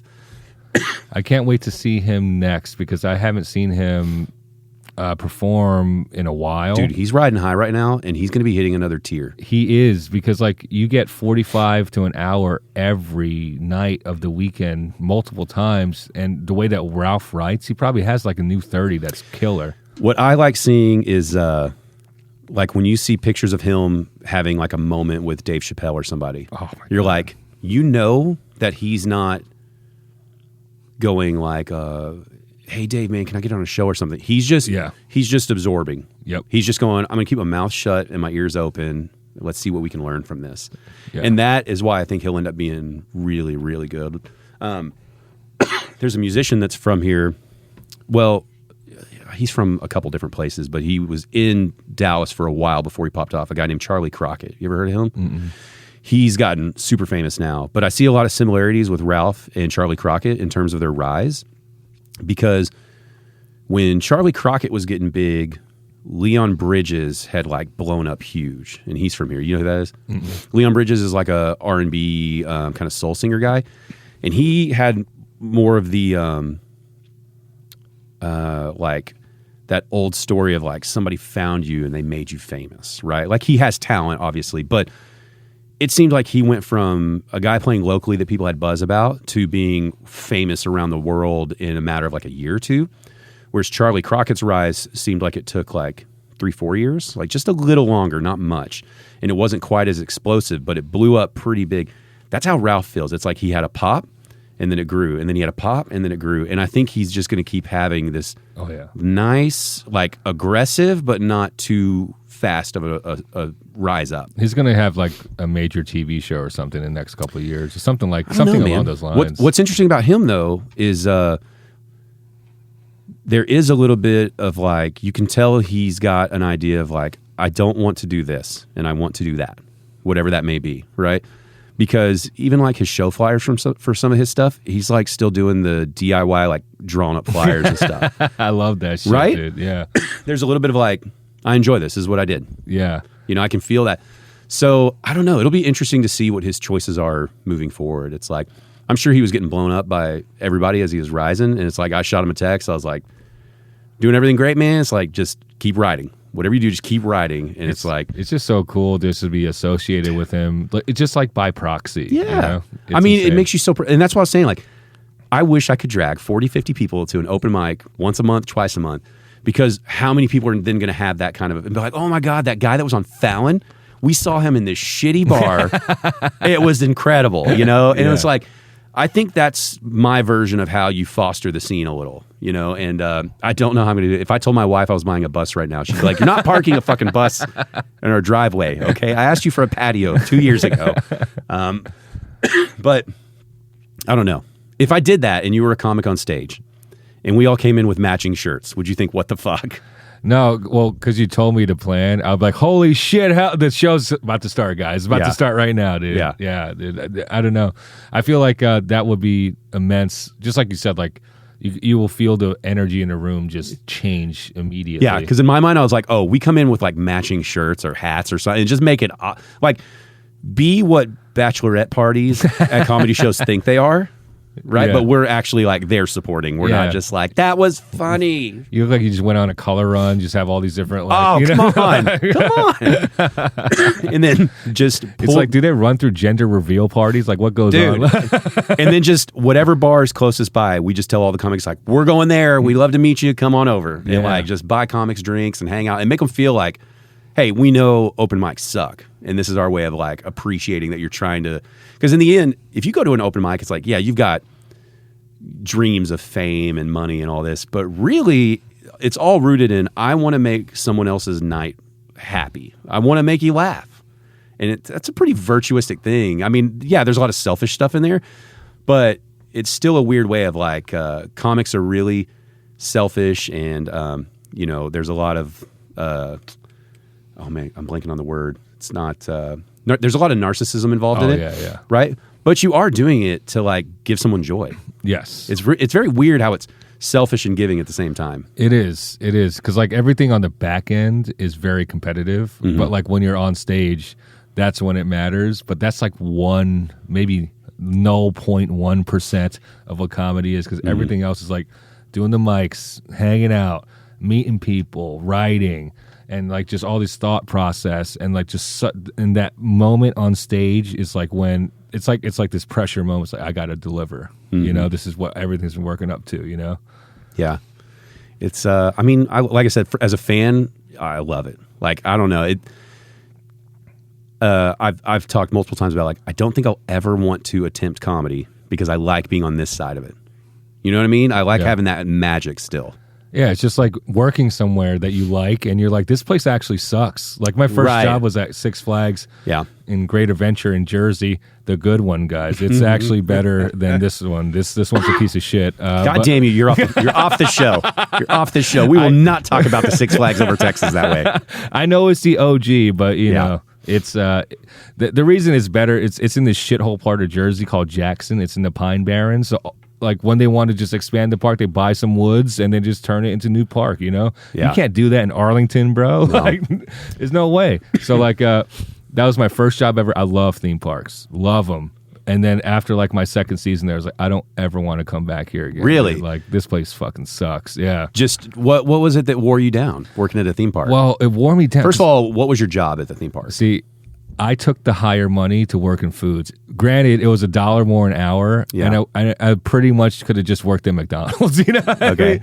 I should have worked rides or games or something very like intrinsic to a theme park and the experience. You know, but I worked in foods, and that just grind. I was like, it's kind of cool. I get passes, but like I only get 2 days off a week. Why the fuck would I come back to work? Yeah. You know, like, so the theme park job was a 5-day a week gig, like a regular 40 hour. Full-time. Like back in those days, like, you know, you get a summer job, that's just fucking full time, you know? Like, okay.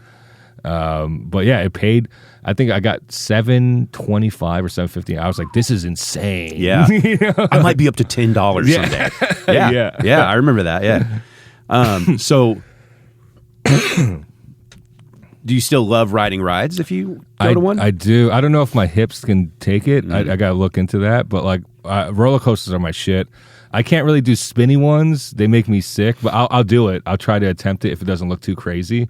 But I love roller coasters. And one thing about theme parks in South Korea, this is like one of the big laundry lists of why I know as American, their theme parks are drastically different. Okay. Like I think in my theme park experience, I love playing games. I love just like hanging out. You know, it's like a cool spectacle, right? Korea, no games. This is not even a games department. Like I'm just like, you don't even have an option to like drop $20 and it's try just to win rides and shows. It's just rides. Yeah, Okay. rides. There's some shows. Some of the rides are phenomenal, but there's this. I think it's like the biggest wooden coaster in Asia. It's called the T-Money Express. And it's The T-Money Express. It's phenomenal. T-Money is like a huge money conglomerate over there. Oh, okay. They made like subway passes and all different sorts of things. So it's like calling it like the Bank of America The Express. Bank of, yes, exactly. Okay. So like, but it was a great ride, but like they had this, they had height maximums in Korea because they're engineered for tiny Asian people. Yeah. So it's 190 centimeters, which is 6'3", and I'm 6'3", so I barely got on. And I remember the shoulder clamps on this thing was just like, it was brutal, but I loved it, but it was brutal. The whole time were you like hunching? Yes. Like, thinking like, oh God, I'm going to get decapitated. Yeah. I'm right at the limit. Yeah, I was not raising my hands because I was like, this is not, yeah. Because there have been people at like Universal or somewhere, they've lost a finger. Yeah. Oh, shit. Especially there where they're like, they have probably different clearance, like, you know, because they're tinier people. Yeah. Wow. You keep talking about your hips. Oh, yeah, Dude, They're dead. Yeah. So you've had a double hip replacement already or just the one and you need the other? I had the right one done. So like in about, it was about 2015 where I felt this weird pain in my right hip. And I was like, that's weird. And the VA was like, that's arthritis. Here's a cane. Here's some aspirin. And then like 2 years later, I just couldn't walk. I was like really just like laboring with the cane. And I called my doctor like all like, you know, upset and shit. And I think this was around 2018, 2019 when I finally called him. I was like, look, doc, man, I'm like not even 40 years old. I was like 37 at that point. And I can't walk, dude. So he's like, all right, we'll get you an MRI on Friday. Drive to Philly, get an MRI. He was in Marlton, which is in South Jersey. He was like, I'll go take a look and I'll call you like on Tuesday with the results. I was like, all right, that's cool. I go and I come back home. He calls me Friday afternoon. And I was like, oh, shit. This shit's serious, right? Yeah. He's trying to go golf, and he's calling me instead. Exactly, dude. This retired colonel has something better to do, but he's calling, like, you know, little old me. But basically, he was actually very apologetic on the phone. He's like a really nice guy. He was like, look, man, we can't see this condition unless we took an MRI, and we just thought it was arthritis the whole time. I'm so sorry, but it's a vascular necrosis. Basically, blood stops flowing to my hips, and they die in my body. And I was like, and he was like, there's two options. You can get surgery or you can just wait as long as you can because we don't know how long the implants last. And I was like, just get it the fuck out, dude. And took it out. I was walking within like a month. Like I pretty much bucked every trend because like I'm so much younger than like everything I was looking online. All the information about recovery was just like these geriatrics like sitting around a community center and shit. You're in rehab. You're like, fuck you, Gladys. Walking right past your ass. And the fucked up thing is because you know like I couldn't walk for like 3 years basically, and I couldn't do shit with that leg. It was in really bad shape. And I remember going to surgery. I was like, dude, there's nothing can hurt more than this. And then I got out of surgery. I was like, this hurts more than that. Really? Yeah. Wow. Like just the day after, it was just like, I'm still drugged up, but coming to, I'm just like, oh my God, I'm trying to stand. What would you relate that pain to? Like, what would, if you had to describe it, what would it be?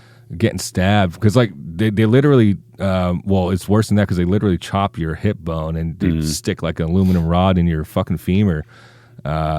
It's like a weird thing, dude. And I remember this is the VA hospital in a nutshell. The first night I was there after surgery, I'm still kind of like drugged up. The overnight nurse, I kept calling her. I was like, hey man, like my ass is really sore. Like, I don't know if I'm coming to and the drugs are wearing off. And she's like, look, it's the VA. The mattresses aren't that comfortable. You just gotta suck it up. I was like, all right, cool. I'm Air Force guy. I'll suck it up. Yeah. I was military. The next night, I tell that night nurse, I was like, hey, is there anything you could do with the mattress? Like, can you switch out the mattress or something? And she takes a look at the mattress. She's like, oh, it's not inflated. Oh, you've just been sitting on the metal frame. The fucking frame, dude. That sucks. Like I was like some artisanal burger at some fucking gastropub, just in a metal tray. Oh, so you literally were just being stabbed. I was, dude. Oh, it was terrible. Well, after that, though, was the pain better? It's like every day it got incrementally better. And with the hip surgery, it's weird because they rehab you immediately. Like the next morning, I was like on a walker, like, trying to move it around because they don't want stuff to clot up and they want you to build your strength up and, heal the wound and stuff. So I did like physical therapy for like 4 weeks and I felt great, dude. I was like, I did keto. I dropped like 50 pounds. I was walking everywhere. Then I moved to Texas. This leg dies, and I'm like, "Whataburger is delicious." I gained it all back. I'm about to start it up again, though. I just re-up my Butcher Box subscription. Nice. And then I'm just gonna just do the keto again until I drop it all. Were you walking on a cane before you had the first replacement? Yes. Yeah. Yes. Because now you're walking on it while you're waiting on the second one, right? Yeah. Because this one, it's weird. Like if I don't get enough sleep, it really hurts. But if I have like 12 hours or something crazy, like 8 hours, and take a crazy nap, I'm like, I could move around a little bit.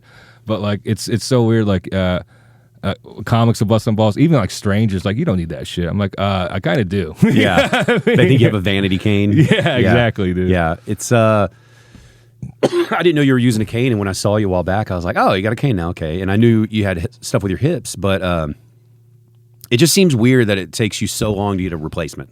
Yeah. Because I think a lot about having like some sort of single payer system here, and that's the biggest complaint is people are like, well, you're going to wait forever. And it's like, yeah, but we have people here who are waiting forever already. Yes. Yes. And so it drives me crazy, especially like the veteran stuff. And we've talked about this before, but it's like if you're a like a cop, an EMT, a firefighter, some kind of military, if you're anybody who might die helping an American citizen of some kind, right? Or you're doing a service like that with the government, because you could be deployed somewhere if they wanted to. They owned your ass, right? Oh, yeah, yeah.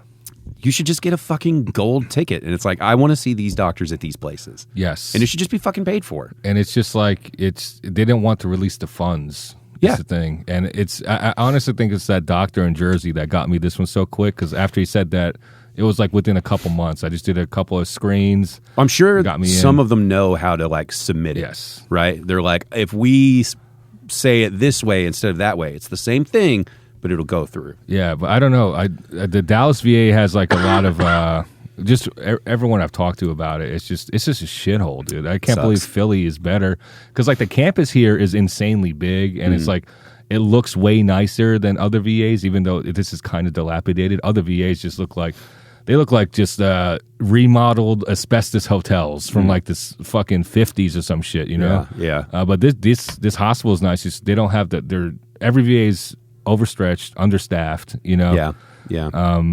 So like, I'm not like making excuses for them. I think I should have got this shit done, but they just gave me the runaround like 3 fucking times. Yeah, but also when you see them shoot a missile at a Chinese spy balloon, that's like, I don't know, that missile's probably like $1 million. You're like, God, that's a couple hips right there. Oh yeah, that could have been a hip right there, man. And like, we could have just flown a helicopter by and just like poked it with a stick, and it would have had the same thing. Yeah, I could have got like a Bugatti hip or some shit. One thing I always ask military people that I'm really curious about, because like, I don't know if I just feel like if I'm just an asshole all the time, because I always cringe a little when people do the thank you for your service thing. Oh, every service member hates it, dude. And if you don't hate it as a service member, you're a piece of shit. You're like a dude. You joined because you were like, oh, I believe in America, like all that bullshit, dude. Like, don't fucking take that. I tell them no, thank you. Because like, I don't want that. You know what I mean? Like, have you ever received it in a way where you're like, yeah, that was nice. Like, I really. Like, because what I immediately think of, like, I was at a fast food place with my son, right? Where me and him do these days where we just go out and get food together. And this cop was in there waiting on his to-go order, right? Just Dallas cop. And some dude comes up, and he's like, he's probably a nice guy and well-intentioned. But he's like, it's similar to the people who give homeless people food, but they make sure to film it for Instagram. Right? Like he's not filming anything, but he's like loudly being like, "Hey, thank you for your service, bud." Yeah. And then he takes it a step further. He's like, "Do you mind if me and my wife just pray for you real quick?" Oh, God. And they did like a little prayer circle, and it's like, guys, man, he's on his shift, he's waiting for his food. God damn. And I can't tell, like, am I just a jaded asshole and that's like super nice, or is this just cringy and this guy's doing it for the hoping he's getting in the splash zone of these other people seeing him do it? He's doing it for the gram, dude. Right? Yeah. And every time I hear like, "Thank you for your service," it's like, I feel like the fact that I'm hearing it means you're saying it loud enough for me to hear it, and it's really more about you rather than just like a quiet, like, I don't know, like, would it be cooler if someone was like you're at Chipotle and they're like, "Hey man, I bought your burrito. Yes. Appreciate it." And like walk off, right? That's the best thing. Like, I remember some of the highlights of San Angelo was like, we would go out to eat lunch, but we're in uniform, because it's the middle of the day, take a break from school, go back, and we would go up to pay, and we're like, no, someone paid it, but like completely anonymously. Yeah. And that is the shit. That's the move, huh? That's like so stoic, and it's just like, we got your back, but you don't have to know, because you have our back. I don't know you. Mm-hmm. It's like this exchange. I like shit like that, but like when you say it out of your mouth like that, there's always this like, oh, it's something I should say, it's something I should elicit, and something out of you, and it just feels disingenuous, Yeah, like I've got my support my troops magnet on my car, like it's not doing anything. Yeah. That's always the mental game I play, where it's like, is that a nice person and I'm just an asshole, or is that cringy? It's always better for a veteran if you just hand him a beer. It's like, "Thanks for your service, bro." It's like, you paid for the, it's just something like that. Something like a little real low key. Little low key. Those are the ones. Yeah. Or like if you get like a really good blowjob and she's like, "Thank you for your service." I'm like, "No, thank you. Thank you for your service." You go immediately enlist again. You're like, "If this is what we're getting," just full on. Hell yeah. There's this. I used to hook up with this Army girl like way back when I was in training status, and so at the time, I don't know if the Air Force still has this saying, but like every time at the end of formation, we'd be like, "Air power," and then like the echo will be "Space power, AEF." Super gay, dude. Like no one liked it. We signed a contract, so we had to say it. Okay. I'm sorry. One more time. So you'd yell "air power." The sergeant would go "Air power," and then we would echo "Space power, AEF." So why does what's space power? They never explained that to us. AEF stands for Armed Expeditionary Forces. So we would go. That's how you get deployed out, into theater. You'd be part of a different AEF. But Space Force was actually a thing. It wasn't called Space Force, but we had stuff. Satellites. Yeah, because we have satellites and things up there. Yeah. So we called it different things. No one explained it to us. We're just like, all right, we'll say it. we'll just say it. So I remember I was hooking up with this Army chick, right? And there's like inter-branch, like yeah, y'all are hating on each other. And stuff. Yeah. I remember there's one time she wore her Army PTs to sleep, and then we got down in the morning, and I finished on her Army PTs. And she was like, "What the fuck? I got to go to formation in this." And I was like, "Air power." Oh my God. Oh, that was fun, man. Oh my God. That was so much fun. Yeah. That was when my hips are like still functioning, dude. Imagine the time. That's when they were really, really this fucking bronchitis. Oh my God. What's your favorite Air Force joke? Like, Chair Force and all that kind of stuff. What's the best one you've ever heard? Actually, the most recent one, I have recency bias. I'm sure there are great ones, but this is like the least hacky way I ever saw this delivered. But it was after a show at DCC. You know how the audience members come up and say what's up to you, and then I'm saying what's up, and then there's like these ex-Marines, they're married, and then the female, tiny little black chick, ex-Marine, she was like, "How did you break your hip sitting in a chair?" I was like, "That is fun. I gotta take that. That shit's funny." Dude, the coldest one I ever heard, I have a buddy, I can't remember what branch he was in. He was probably in the Army. And he met somebody, you know, and he's like, you know, what were you in? They're like Air Force, and Air Force guy's like, what were you in? He was like, oh, I was in the military. And it was like so cold, and it's like there was this awkward pause for a minute, and then they both just laughed. He's like, Army. Yeah, and I was like, Jesus, is this about to be a fight right here? Like, it was so quick, so cold, and I was like, God. I have a usual, like, I have a back pocket joke, like, because you know how I say I'm part of the Air Force. Every now and then, there'll be groans in the crowd by Army dudes or something like that. I'm like, oh, what are you, Army? It's like, yeah. It's like, well, you know, I did go to MEPS, but the difference is between me and you is I could read. So, like, you know, it's like give and take. But every Army dude is low key jaded that they didn't join the Air Force because the quality of life is so much better. I don't know. I know I grew up in a small town, and I was one of many dumb people in that small town. And I felt like when the military came out to our school or whatever, it was typically Army. And it felt like, oh, they're trying to get us. You know what I mean? Like, they're selling military timeshares to like, you. Look at this infantry guy right here. He'll be perfect to take that first bullet, you know? And I was never interested in the military because I was like, there's a reason they come to our school this much. Oh, yeah. You know, like they really want us? That seems weird. I don't have a lot to offer. Dude, you know? it was weird for me, too, because like I was in all honors AP classes, but I just couldn't cut it in college, dude. It was like a different fucking vibe, you know? Like, do you remember the choice when you were like, I'm going to enlist, or did somebody tell you? Or Yeah, it was my mom, dude. Because like, it was like when she was, you know, pretty much slave laboring me at that dry cleaner, and she was like, hey, you got to do this because like your life is going nowhere. And, you know, as a young man, it takes a little while for that to digest, but she was right, you know? And like, but it took a bit of pride for me because like my dad was Army, right? And I know what kind of, like, we didn't grow up affluent at all. It was a very, very hard, like, they didn't get paid shit back in those days, you know? So, like, it was very, very hard. We were very, you know, we struggled a lot. And I was like, I don't want that shit for myself. And I remember I just had to, like, just take that transition. And luckily I did, man. Because if I didn't, I'll be stuck in that small shithole town, probably working at the Wawa or something, you know? It's weird because you think, like, oh, your mom runs a dry cleaning business. You think like there's fucking money in that. Yeah. You know, and it's still a like blue collar, we're trying to get by thing. And you own a business, you know? Yeah. It's very weird. It is weird. Like I like doing stuff. I like doing stuff like that more than like kind of like working with like computers and shit. Because like I always felt like better just doing laborious work, like actual shit with my hands, you know? But you just make so much more money not doing that stuff. Like, yeah. Well, like, it makes me think of, I'm like 90% sure it's a Korean family that runs the donut shop in our neighborhood. Oh, dude, it's got to be, right? They run donut shops. That's one of the big what I'm saying. businesses. Like, DFW is Korean donut shops, oh, yeah. right? Yeah. There's this one.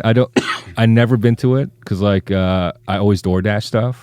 It's called Donut Land Grapevine. You know DoorDash donuts? Yes. Jesus. Yes. Half the fun is going to the donut place. You know how I know they're Korean though? So they sell this iced coffee, and it says Vietnamese iced coffee or something like that. And I tasted it. I was like, this is Maxim coffee. This is like Korean instant coffee that you just put in. And you mix, it tastes, I know the taste. And they're selling it as Vietnamese coffee? Yeah. They said it's like Asian or Vietnamese coffee or something like that, but it's actually, it's Maxim. It's like, their Folgers pretty much. Yeah. That's hilarious. Well, the story you're talking about, the dry cleaners, it makes me think of my local donut shop because there's the older man and woman that are running it, and then there's somebody who clearly looks like the sister, the aunt, somebody. Yeah. And then now there's the young couple, the son and probably his wife. And he's always in the back making the food with the dad, and then the other one's helping up front now, and you can tell that's like it's getting ready for the shift in a decade or whatever. And you just wonder, it's like, okay, is this going to be like a Bob's Burger situation where you're running something that's like, yeah, you make money, you're fine, but you're just always just kind of getting by? Or is this very profitable? Because they're also right next door to Starbucks. And it's got to be so defeating to see Starbucks just getting person after person after person, and you're selling donuts. Yeah. But then, like, have you ever watched the Donut King documentary? No. I'll have to send you a link to that. It's really good. It's about the primarily the West Coast, which is what's the Asian country that had the huge genocide that starts Cambodia? Didn't Cambodia have a huge like in the 70s or something? And some guy escaped from there, became like a refugee immigrant here in California, and then he basically learned like the recipes from one of the more famous donut places after working there, and then he started opening up his own. But he was bankrolling other Cambodians who were coming over here for their shops and taking a cut, and just like they run the donut empire over there in that state now, and like I think it's pretty much like the whole West Coast. That's crazy. And so it's like, okay, are you guys doing pretty good, or are you scraping by? Like, I'm always so curious about people's financial situations when they own a business. I for a donut shop, I would have to say you would have to own like multiple instances of it to be like well off. Like you could do okay, I think, with the donut shop. It seems like you almost have to like live above it or something. You have to, you have to. I mean, the hours are insane for donut shops. You got to get up like 3-4 in the morning, getting shit ready. What cracks me up about our donut shop is they're closed on Mondays. Oh yeah, Koreans love doing shit like that, dude. Yeah, and I was like, Monday? That seems like a donut day. And it's like, well, whatever, you need a day off. A lot of Koreans go to church. And they're at it, so they are fucking Korean. Then. Yeah. So okay, they'll like to do like Sunday, Monday, or something like that. I know ours is closed on Sunday, Monday. I was like, Korean motherfuckers, dude. Okay, it just makes me happy that I was thinking Korean and they're actually Korean. Yeah, that's one of my big insecurities. Is I'm horrible at like Viet Korean shiny. Hey, like and you don't want to be like, what kind of Asian are you, man? Yeah, dude. Yeah. I could just send me the address and I'll just go. Okay, fine. Well, it's like one of the things in King of the Hill is the Hank, the main character's dad. He went and fought in the I guess the Korean War, and they shot off his shins in the war, so he's a stubby guy. He's got feet but no shins, feet, knees, legs, right? And he's super racist, super country guy, and Asian neighbor moves in. And they're like, oh, that's Khan. I think he's Vietnamese. And he like looks at him for 5 seconds. He goes, that ain't no Vietnamese. He's Laotian. And it's like he's like very well versed in Asians. And it's like, oh, that's really what. So I'm like the reverse of that. I'm like, I wish I had a little more of that. Like I could just die. But you had to be around Asians for a long time to. Well, and that's what I'm saying. I would love to be in someone else's shoes when they come to America and be like, I can't tell Texas and Alabama and New Jersey, because here you're like, oh, that's like a New Yorker, Dude, it happens all the time in Korea. Like, and I remember we hang out. There's this Korean linguist. He'll remain nameless, but he was not a very attractive guy. He was like a half black kid, very short, fucked up teeth, just looked weird, right? Yeah. Decent enough kid. We're hanging out. Some Korean person goes up to him and asks him if he's Will Smith.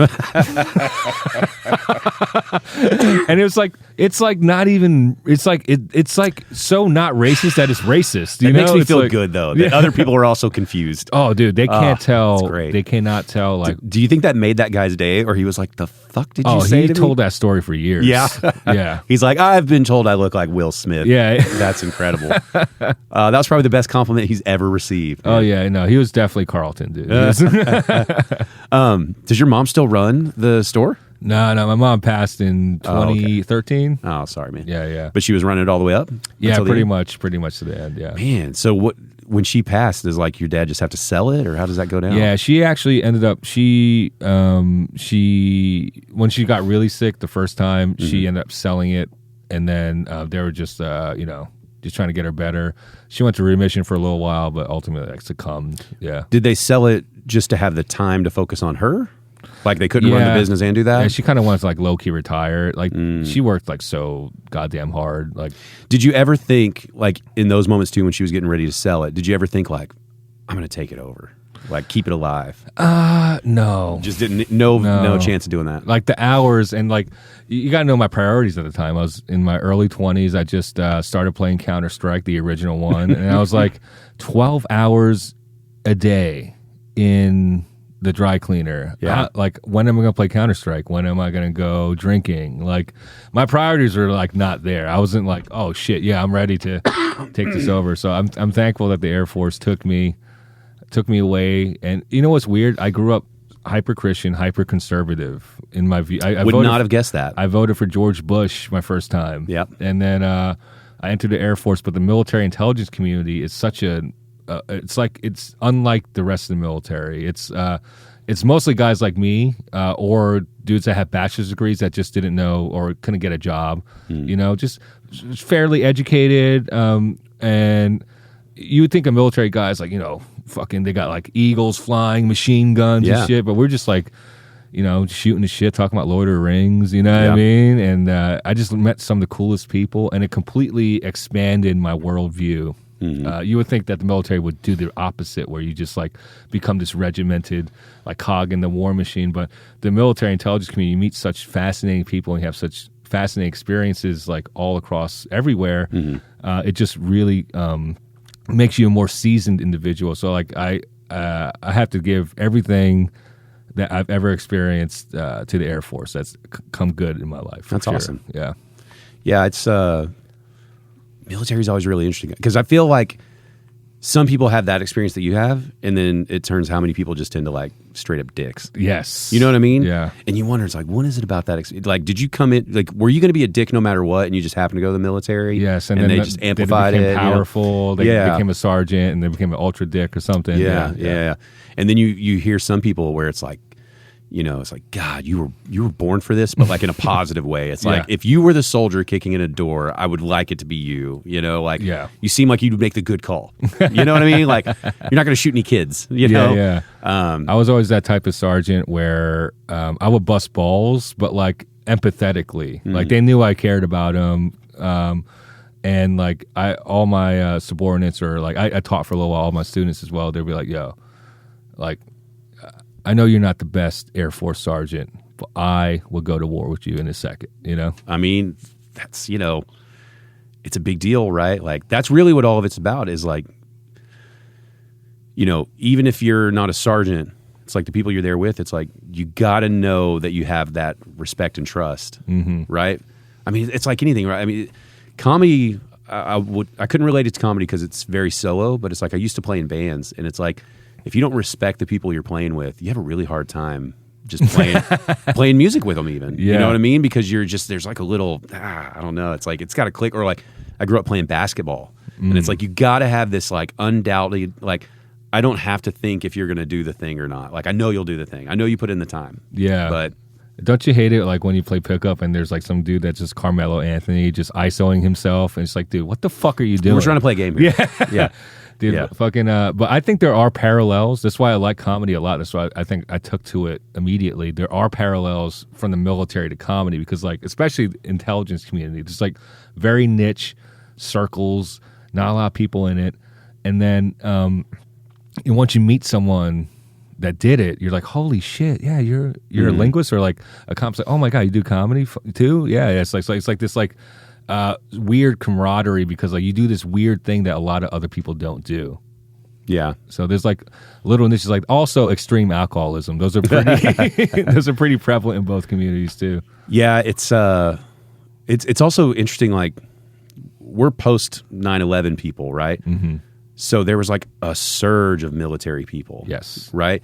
So we're like the closest thing probably to what it was like in, you know, like post World War II, where it's like almost everyone you know has probably served, right? Like, you're only like one person removed from someone who was in the military. Oh yeah. And it's like, God, it's so much, the amount of people who were in the military, the variety of people is so much bigger than you think, because all you see is like, you know, the cliche of like that guy who has a Punisher sticker on his truck, right? You know, and it's like, that's not the military. That's the asshole, right? Yeah. It's like this like Kyle Roberts wannabe, but he's just actually just a finance guy pushing fucking pens and shit. He's like, I put my ass on the line for you.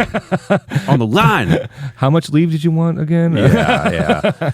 I don't know. But, you know, obviously, like, I never signed up for anything, so who am I to talk shit, right? Yeah. But I would never do that. Even an asshole that signs up, I would still give them the baseline respect of like, you know, if you had to go to war, you would be doing it for me, even if that wasn't the reason you signed up. It's like, I respect that, but then I'm also like, yeah, but you're kind of a fucking douche. Like, dude, I did a show at Fort Worth Hyenas like 3 weeks ago with damn, who the fuck was the headliner? I forget. I was with Joey Johnson. He was featuring, and after one of the shows, I remember during my set when I said I was a Korean linguist, someone was like, "Woo!" I was like, "Shut the hell! You don't know what we do." After the show, this like older lady, like maybe in her late 40s, early 50s, she's like, I was a Korean linguist too. That's and badass. I was like, and we talked about like where we were at, and she joined like way before I did. But it was just insane because like I would run into linguists from time to time, like maybe a Chinese linguist or Arabic linguist, but I never ran into like a Korean linguist I don't know from a different generation before. Oh, yeah. That's interesting. Because like a lot of the contractors that worked there were former military Korean linguists. So like you knew like just generations of Korean linguists, and I never met her. I never like it was just like so weird because like it's like this fraternity almost. Yeah, you know? yeah.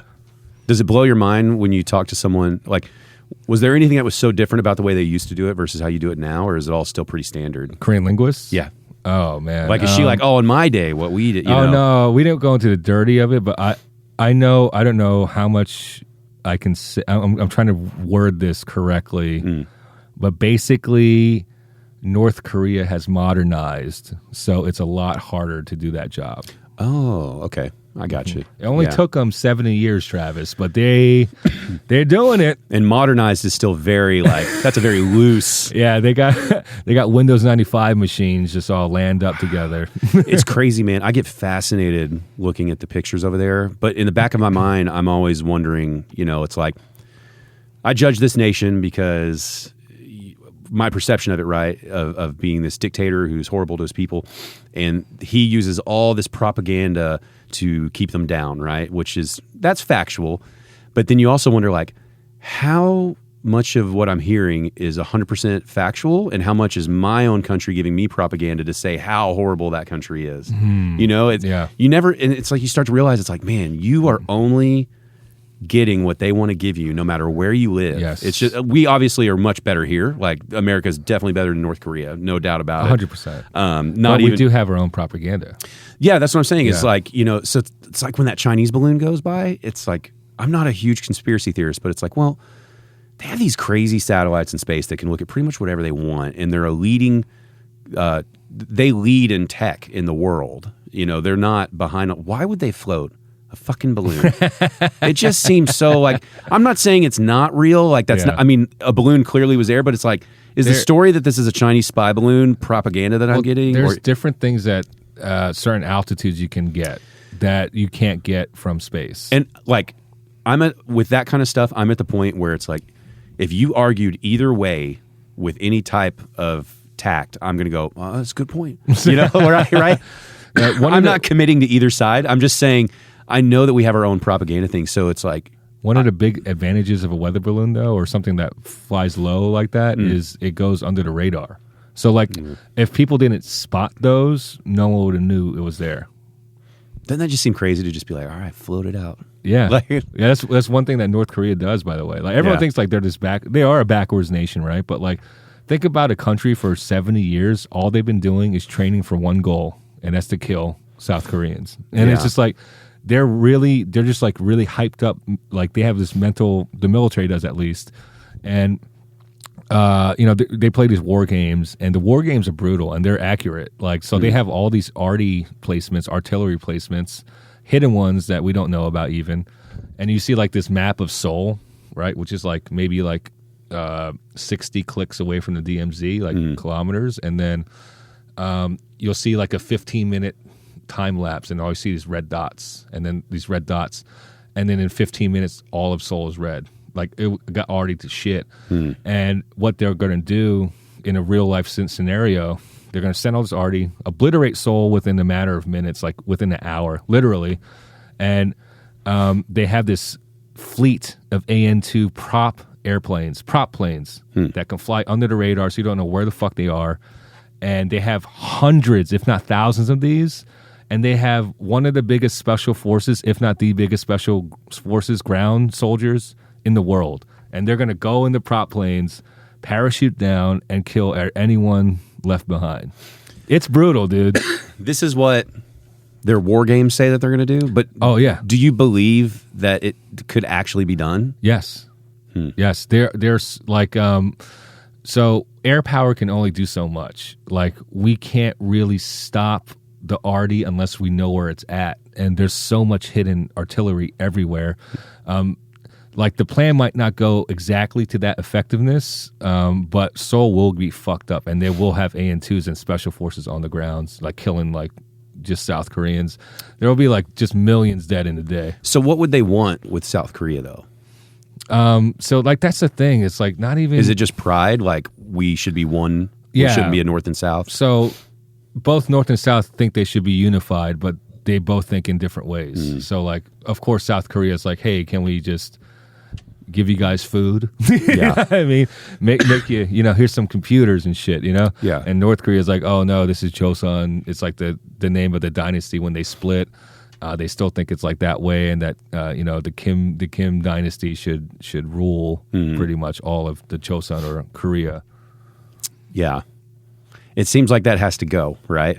100%. But you don't know how to take it away either. Because clearly, it's because it's China and Russia. It's like this big influence. All equipment that North Korea has and training and anything that they use is either Chinese or Russian. And I'm talking down to methodologies even. So is that all just in the idea of like we don't want westernized expansion? Like we're afraid that if both Koreas become westernized in a sense, right? That will then threaten our power here? Or like why do they not why wouldn't China be okay with all of Korea just being more like South Korea?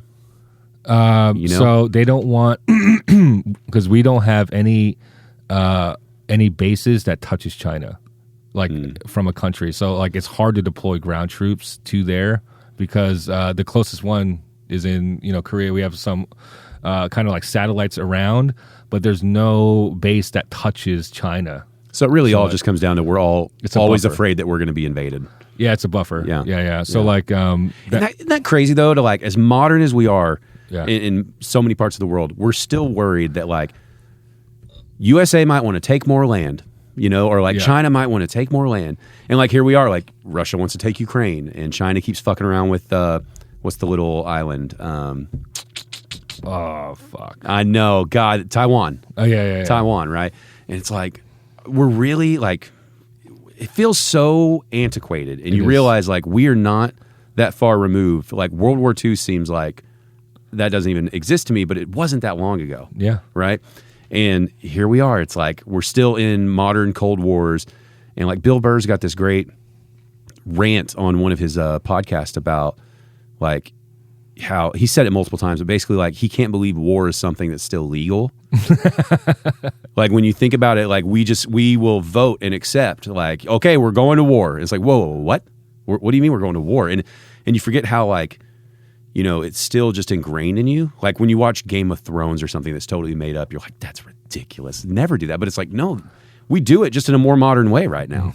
Like Russia is invading and killing Ukrainians. And it's like, we may not ever have the true story of all that. Like everything has its own propaganda, but people are being invaded, people are dying, and one country wants to have this other country. And that seems like no, we already drew the maps. What do you mean we're changing it again? It seems crazy to think that, that eventually North Korea or South Korea could be gone. Kaboom. No more Squid Game. I mean, I think about that a lot with America. It's like we're a young country, right? Compared to a lot of places in the world.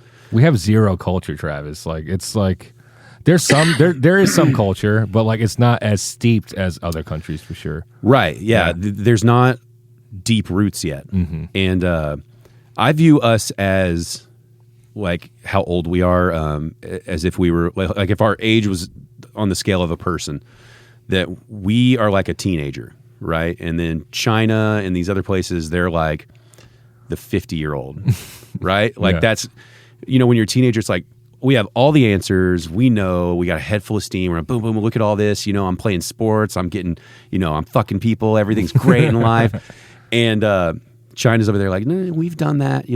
Go tire yourself out. Meanwhile, we're building like generational wealth right now. Yeah. It seems very like, it feels like we're in that immature part of being a person where you're in like your late teens, early 20s as a country. And you're like, whew, this is the age where we either get a couple felonies and ruin our life or like we pull through and we make some good investments. And it's like, I don't know which way we go as a country right now. It's really weird. It is weird. And it's so weird because like I remember getting a brief like in 2009 or 10 about how China is actually the adversary of the future. And this is like, this is like 13 fucking years ago, dude. No one's even talking about this, right? And then at that point, and then and it was because they have a 100-year plan, and Asian countries are so like Confucianist and just fucking, they'll just work the plan exactly how it was laid out, that it's working. Like it took them like 100, 150 years, but everything like laid down, it's like freakishly working. And like we're so far behind on the cyber war front. That's the war front of the future, that it's actually really bleak for America. And look how divided we are as a country. Like that just goes to show how more advanced that our adversarial countries are in when it comes to cyber war front stuff. Because like they could just inject like these things to elicit like division within us. And it's just, well, it even comes down to our culture in terms of like, if you think about entertainment culture, like our heroes in like Superman, right? People like that, Batman stuff. It's like we're Iron Man, we're brute strength, right? We can punch you or shoot you, we can take you down that way. And our adversaries are always intelligent. Isn't that weird? Like even the what was it? Glass, Unbreakable. Did you watch Mr. those? Glass. Mr. Glass. And I'm pretty much Mr. Glass right now, dude. Yeah. Well, it's like he is smart. He's the thinker. He's the guy, and it's like we're just relying on Bruce Willis's instinct and strength, And it's like it's such a metaphor of like Jesus, people. We need to fucking like we can be strong, but we need to be really smart too. Like we have to be more intelligent, and that's what I feel like. Now we're in this weird spot too, where the people who value intelligence are being, in a lot of ways, well, first of all, we're debating what intelligence is even more, which is weird to think like conservatives think they're incredibly smart, liberals think they're incredibly smart, and everybody thinks the opposite side is really stupid, which is not the truth, right? Yeah. And, but it's like, it's almost like somehow we're being pushed into thinking education is a liberal thing that's destroying a country in a lot of ways. And it's like, I don't know who's planting these weird ass ideas, but that feels like propaganda, right? Yeah. And then in the meantime, all these left people are like, if you're not so over the top for everything all the time, then you hate America. And it's like, what? That seems weird too. This all seems like we're all being given a shitload of propaganda on social media to fight amongst ourselves, which all, and then when you find out our elections were meddled with by just, people who wanted to make money off advertisements, it's like, man, is it that far off to think like the Chinese government, the Russian government could be like sowing those seeds to be like, hey, here's a way you guys could make some fucking money. But they know while they're playing 3D chess that it's like, this will fuck up their society. And we don't have to go to war if we fuck them up 100%. Like that. Yeah, the war front's completely different now. Yeah, because if we all disagree on what we should be doing and who our enemy and all this is, and it's like, they got you, man. Meanwhile, they're buying up property, giving us loans, all this bullshit. It's like, they seem like a very smart adversary that because they're quiet, you're taking them for granted. And they're culturally different. So like you think about like let's say they have a group of elite hackers, right? How did they become elite hackers? It's because as they were children, they handpicked them through a battery of tests to be like, your aptitude is in this, you're going to do this, you're going to do that.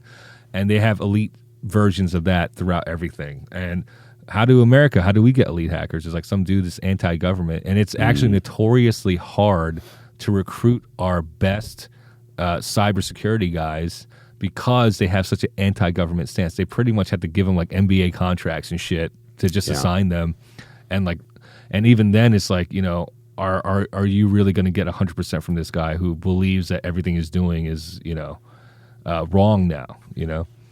Yeah, that's interesting. And like, why don't we value? I would say national pride is probably at an all-time low in the history of America. Yeah. Right?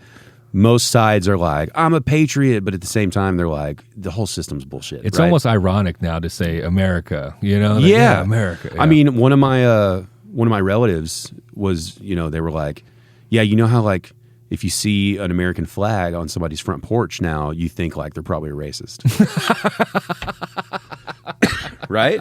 Like if you see if you had a neighbor who installed a flagpole in the front yard and ran up the flag in the morning, didn't say shit about it, a lot of people in the neighborhood just be like, there's fucking Steve down there putting up his goddamn flag. Like it would bother some people. And that is very strange, right? Because when we were kids, it's like, You didn't think anything. 4th of Everyone July, had a you put flag. up flags, Yeah. the God Bless America, all this Yeah. kind of stuff. And it's, even you know, me being in military, I would be like, I'll probably be a dude that has a flag because I like it. You know what I mean? Like yeah. that well, was and like, I think flags are not an American flag. Just a flag, I think, is really weird because it's like, flags are strange. Like we don't sail on ships or anything, and it's like it's a weird. I don't know. That's a whole bad open mic set. I'm not going to get into. Yeah. But I do think about like a flag seems like a really old thing and a weird thing that like we've got it up there. They know we're here. Like, but I would do it but- proper. Like it never touches the ground. Like Yeah. I fold it up like all ceremoniously and shit. But it's like yeah. I understand. It's like that's a thing that matters to people, and it is a symbol, and it's so strange how like national pride has taken a very different turn. Like Patton Oswalt was talking about it a little bit. He's probably given the best explanation that I can side with, which is he's like the flex, and I'm paraphrasing. You know, he's probably said this a little bit differently, but the flex is basically like, you know, we have all this military might and we have all this money or whatever, and but we have all these social inequalities, and the country feels really rocky and unstable, and we're all divided. And he's like, what do we have to do to make the flex? Like, yeah, we got all the money, we got all the military over there, but also this is like the best place in the world to live with the best health care. We have so much food and abundance, and everybody has happy careers and all these things, but that's not the flex of America. And so, you know, that's what, when I hear that, it's like, yeah, that's why we don't have the pride of living here. You know, you just feel like everything is kind of rigged. And that to me feels like a conservative and a liberal viewpoint, right? Like if you talk to conservatives and liberals, they both feel like they're getting fucked. They just disagree about the way they're getting fucked. Yeah, how they're right? getting fucked. But they both feel like you can't trust this shit. It's all bullshit. It's smoke and mirrors, and they're lying to you. And that, I think, it doesn't matter what side you're on. It's like, that feels like someone else is meddling in your shit, getting you to fight, and going, don't worry about them. They'll fall apart. They both had kind of similar like ways to solve it on a very basic level, right? So like the extreme right and the extreme left, they kind of understand it's a two-party system. That's the rig, dude. Like that's the rig. Doesn't take anything to look beyond that. That's logic. And you know, I've read that European countries teach in their textbooks that American politics is made up of two parties. One is conservative and one is slightly less conservative. Like it's so true. Oh, it's you mean those countries that don't have freedom? Yeah. That's who you're referencing right now? Right? That's the way that's the first thing they always go is like, oh, you want to be like fucking Europe? It's like in some ways, yeah. Not everything, but slap a VAT on shit, bro. Some of it seems okay. Yeah. You know, like they've all been around a lot longer than us. Can we admit that? Like, yeah, and like the way that they have political scandal too, but like, the people are a lot more engaged because there's a lot more parties, and like if there's political upheaval, like there's actual recourse that happens from that shit. Like people are very passionate to keep their rights as citizens, and it's just like it just feels like we're just so subdued. We're like, oh, another election, two guys. Lesser of the evils, you know. Oh, I mean, like we very well could be gearing up for another Trump-Biden. Oh yeah, and that's fucking bullshit. Yeah, it's such bullshit. Yeah. Like both of those candidates are dog shit, garbage candidates, dude. And you cannot, conservative or Democrat, you cannot convince me that either one of them is worth voting for. If this was another country's, like there would be like executions of what happened in 2016 with the DNC, complete like in the news, rigged the DNC for Hillary against Bernie. Yeah. And like nothing happened. Are you fucking serious? Like the person that was running the DNC got fired from the DNC, immediately hired by Hillary's camp. Like, oh yeah, nothing. Oh, there was nothing weird there. Yeah. Yeah. Nothing. Yeah, it's like we're constantly given this dog shit, and then, you know, people are just settling for it, right? It's like the Trump thing. It's like, I don't like Trump, not a supporter of Trump, but he won that first election. And you have to really think about how he resonated with so many people to get those votes. And it's because whether he is or not, in their minds, he represented a change in the system. This change that people wanted. Now, I think Bernie would have been a better example of that. I just don't think he got his message out there very well. And then obviously I think the DNC rigged it against him. Dude, Bernie, they were doing, when it was coming down to it, like when it was just like him and Hillary, like pretty much front runners. they're doing polls because like Trump was pretty much landsliding. Everyone knew it was going to be Trump. Yeah. And they're doing like those like kind of like straw polls of like the swing states. Dude, Bernie had him, bro. Had him. He had him. Had him. And what happened, you know, is you ended up just having a bunch of people going like, I could never vote for Trump, so I have to vote for Hillary. And it's like, do you like Hillary? I don't like Hillary, but I cannot vote for him. And you're like, all right. And then you had a bunch of Republicans who were like, I could never vote for Hillary. And I was like, do you like Trump? Nope, but I could never vote for Hillary. And it's like, this is how they fuck you. Now, the Trump one was just kind of an accidental. Like, he threw fireworks in there and shit worked. But one thing he did do that, again, like, I don't like him, but you can respect the game in some ways, which is he went to all those states that Democrats ignored in that first election that he won. And he went there and, in my mind, I think he conned them, but he went there and talked to them and was like, you know, they won't come out here. I'm out here. I care. They don't care, and all this stuff. And he showed you, it's like, if you just go talk to these people and listen to them, they will support you, you know, if you put in effort. Now, you hope that the person who's doing it actually listens and goes like, I think this is how we can change it. And that's where I don't think he gives a shit. Yeah. But he did know, like, if we go here and do this, we'll fucking swing those states. Just fired him up, bro. Fired him up, man. Yeah. People want something, you know, to be better so badly that they'll take a chance. Like, poor people who have never trusted a billionaire a day in their life will be like, I don't know. I think this Northeastern billionaire trust fund kid might have my best interest about the farm life out here. Yeah. And it's like, and he convinced them wholeheartedly that this is better than those other billionaire elites on the Northeast. But like, he was saying the shit that they were thinking. That's why, like, he was like calling Ted Cruz a pussy. You know what I mean? Like, fucking, that's what I'm saying. It's like him or not, the guy won that first election fair and square. And people can say he cheated or whatever. Fuck that. Like, I know gerrymandering and things are real. That stuff aside, that guy won within the rules, fair and square. And you got to take your loss on that first election and be like, what can we learn from this? Because even though you don't like the result, there's a lot to learn from that if you want to win in the future.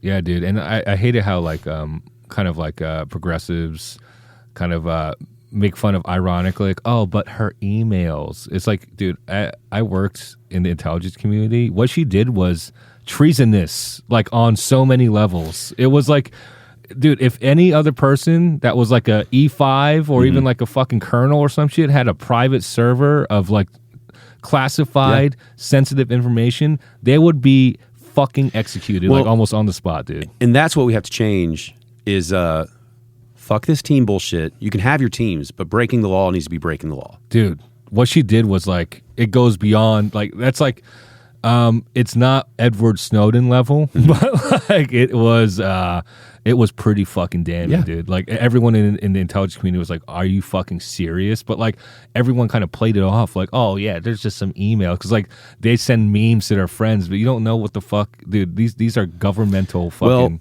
and she gets like daily briefs on like world activities and like what we assess world like status to be. It's insane, man. Yeah, I mean, you just realize both sides are corrupt as fuck, owned by corporations. And, you know, that's why I loved Bernie so much. If he didn't get anything accomplished except removing the ability for corporations to donate into political campaigns, if you could just take that out of politics, that would fix a lot of stuff.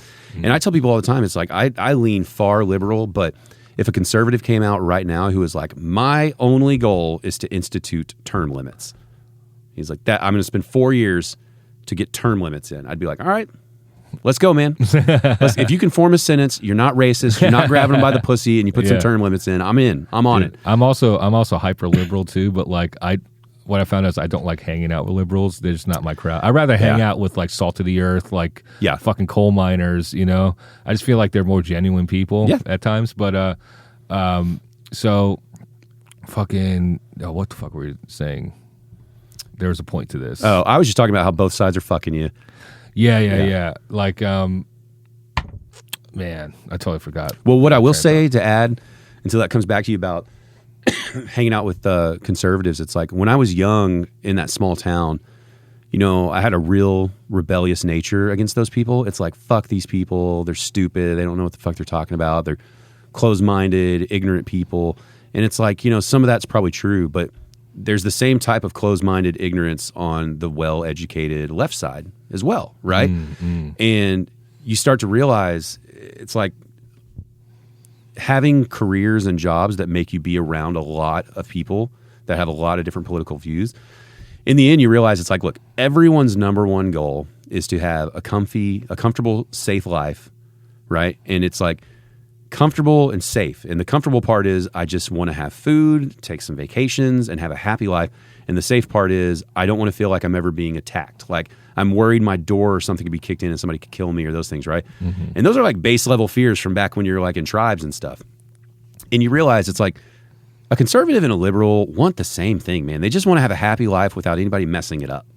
And if that's the goal, it's like conservatives aren't horrible people. It's like if you come in there amped up and start yelling at them about stuff, it's like you're inviting the worst side of someone because that's what you're presenting anyway. But it's like, yeah, man, I mean, it's like I have people that, I work with who they think everything's a conspiracy by the liberal whatever, and that they're like dropping chemtrails on us and all this stuff. And it's like, and then they'll just be like, what do you think about that? I'm like, I don't think that. And they're like, oh, okay, well, we disagree on that, but that's fine. And then we just talk about whatever bullshit. And it's like, they're not horrible people. They're just trying to figure out also how to make the world better. And it's like, they're in their bubble, you're in your bubble. It's like, if you can just pop that bubble a little bit, just listen to them and don't argue with them, you end up having a lot more in common. I just feel like you can say more stuff around conservatives that aren't like triggering to like the hyper left. And it's just like how I naturally talk, you know? And it's just like, there's a little bit of edge to it. Yeah. Like I didn't have the best of lives. I'm not like just some fucking snooty dude that, uses perfect English, Well, I think conservatives, and this is all like, this should all be parentheses, like if you're not overtly racist and discriminatory, right? Like KKK, this doesn't apply to. But someone who has really conservative views on things, a lot of times it's like they focus a lot on intent and not phrasing, and I feel like more liberal people focus more on terms and phrasing rather than intent. It's like if I hear like, it's like when you hear an old person like use the word like Jap, right? I'm on board. You're really going to have to listen to the intent when a word like that comes out before you go like, we need to arrest this person, right? And it's like, that's not a word you should be saying, all right? But it's also like, how did the sentence come out and what did we say here? And like, could you just be like, hey, Grandpa, like, we don't want to say that anymore. There should be a tiny asterisk by that, and you read in fine print, can say to Koreans. but like, a lot of those people, if you're just like, hey, man, we're trying to move away from that, and you don't like call them out and be like, how dare you, you racist piece of shit. It's like, if you're just like, yeah, man, they're trying to move away. They're like, oh, really? Oh, okay. And then, it's like, some of it's just ignorance. And it's not the intent of trying to like, that person doesn't want to be racist against Japanese people. They don't know any better. You know? 100%. And it's like, are you going to educate somebody in a nice, polite way that doesn't make them feel insecure and vulnerable and like embarrassed in front of everyone? Then they're probably going to change their mind a lot quicker about something. Exactly. But everyone wants to win an argument, win a battle. And I started thinking about like Borat.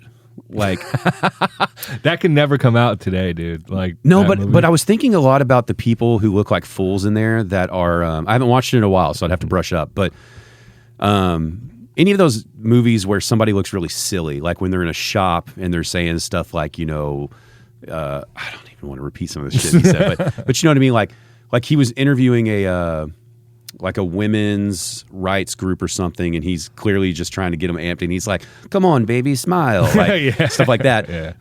And they look like they don't know how to deal with it. And it's like, in reality, they're probably just trying to process and like not be like, fuck you, man. And it's like, that's not an unintelligent way to respond to something.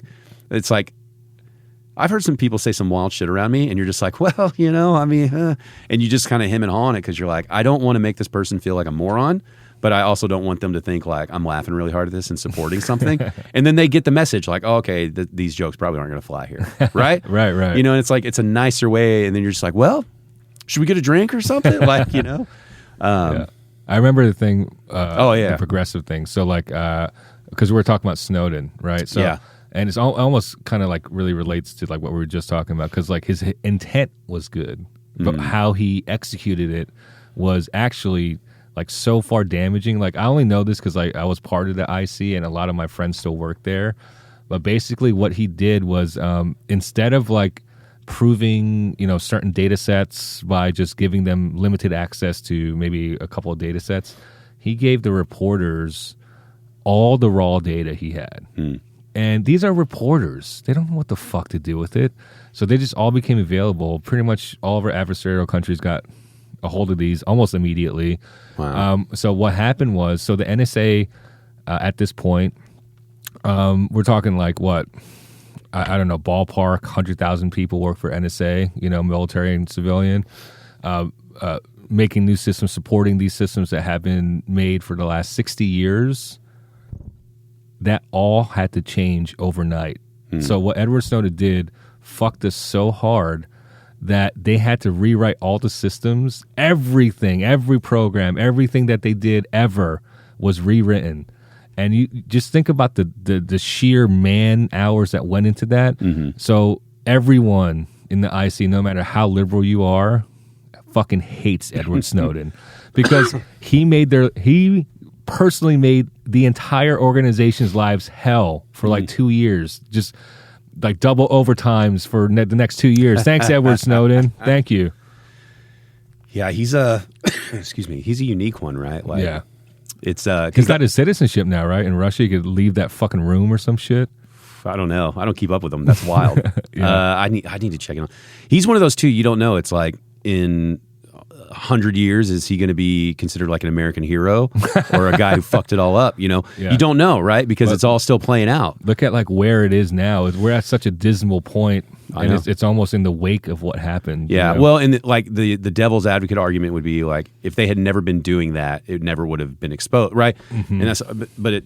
Yeah, I mean, I don't know. It's all so complicated. It is complicated. It's so complicated. His intent was good because what he saw was red flags. What he saw was shit that should not be going down. Even in the metadata sense, like that was their defense.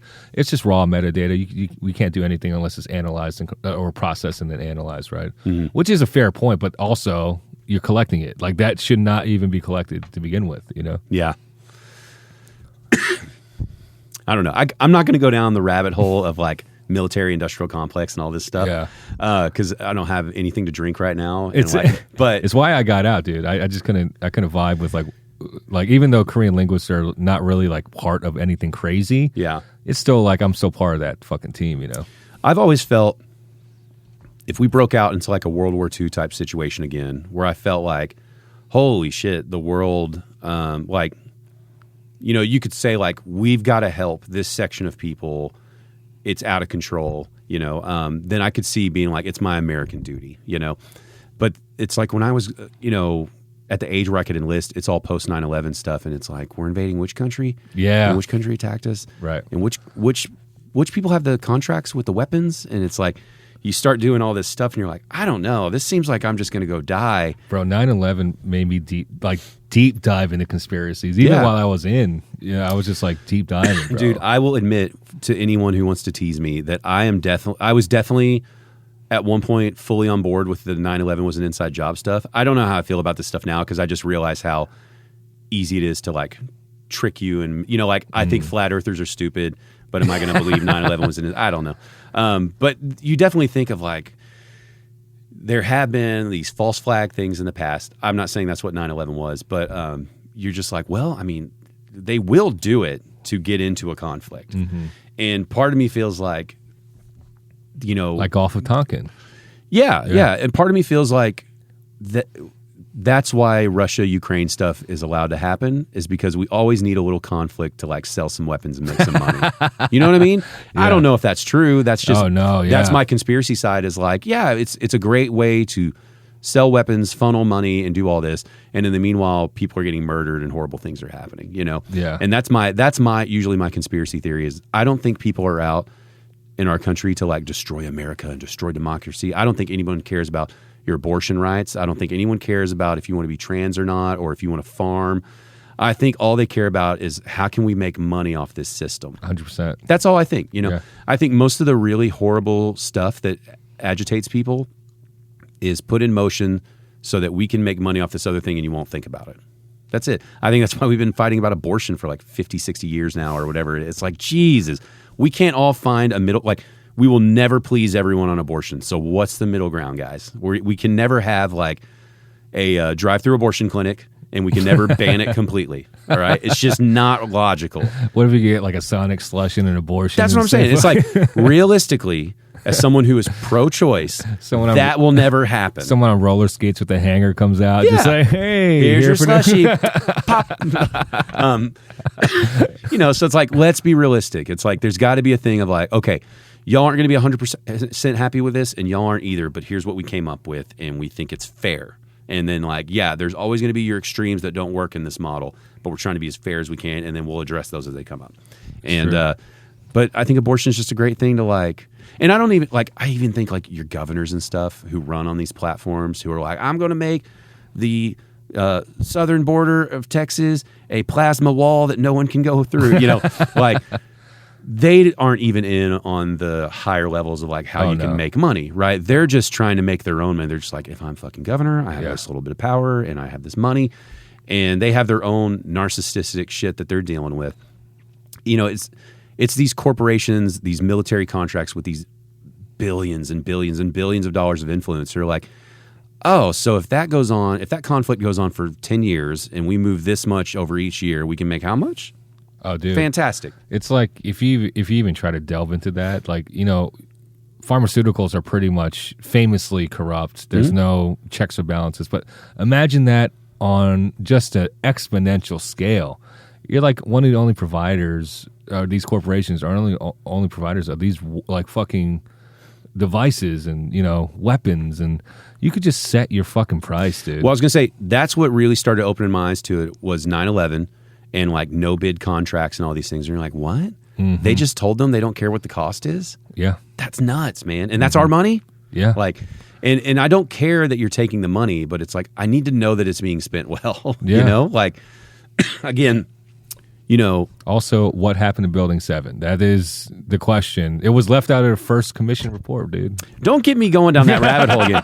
Don't take me down that road, because I can't spend time trying to figure out what's real. I have a kid now, but I do know it's just like, it is a little strange. And it's like, if we know the JFK thing is super weird, like you said, Gulf of Tonkin, it's like, is it wild to think that we might maybe just turn a little bit the other way when something bad like that is going to happen? And it's like, I'm even an optimist about that. It's like, maybe they didn't know it was going to be that extreme. Maybe they thought it was going to be some small little attack, because look what happened with World War II, right? We really didn't want to get involved, and then boom, Pearl Harbor, we're in. Let's go fucking kill these people, right? And we were ready to go. But there's conspiracy about Pearl Harbor, though. Could be. That we knew it's going to happen, but we let it happen to get into war. I would never, like, knowing now just how corrupt, not even just like American government, but just government, people who want to win wars and people who want to make billions and billions of dollars, I would not put it past someone to be like, so they said they're bombing on that day, and then that'll get everyone's opinion into doing this. Okay. Yeah. Because it's also you're so disconnected, right? If you don't see a bomb drop on somebody or see somebody get shot and killed, it's like you're playing a video game. It doesn't feel real. So you could probably make a lot of those decisions. And then if you added in the fact that you were just somebody who's a little bit of a sociopath and wants to make a ton of money and doesn't give a shit in general, it's super easy to make that choice. Oh man, sociopaths got it good, bro. Dude, I mean, and like, oh God, somebody's got a great bit out there right now. I think it's John Stringer about like how guys always play the game, like how much money to suck a dick. Yeah. I think it's John Stringer. And, he's just talking about like, everyone's got a price. There's a number. There is a number, and his bit goes a different route. It's really funny. But it's like, yeah, if they're like, if we let this go on, man, you'll probably make like $30 billion. And it's like, how good of a person are you on the inside that you'll be like, I can't. Yeah. I can't. And it's like, we all would love to think that we would say no, but some people would say yes, and they do. Mm-hmm. And that's it. It's like, to go back to Bill Burr, I think he's got that great bit. I think it's Bill Burr. I hope it's not someone else. about how we all think that if we were born in America during slavery that we wouldn't have slaves. And it's like most of us would have fucking slaves. That's funny. You know, it's only because we're after the fact that we think like, I would be better. You know, it's either him or Louis C.K. that has that bit.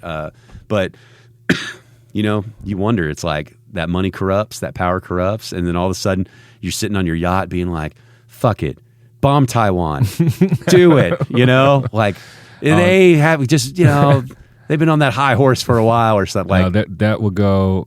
There'll be no more computer anything. Well, like, that's you know, like so much percentage of the computer chips in the world come out of there. Sure, dude. but like these people, they're crazy up there, man. They're crazy. Yeah. And I think that's America's biggest product right now is consumerism and war. Right, that's how we make our money as a country.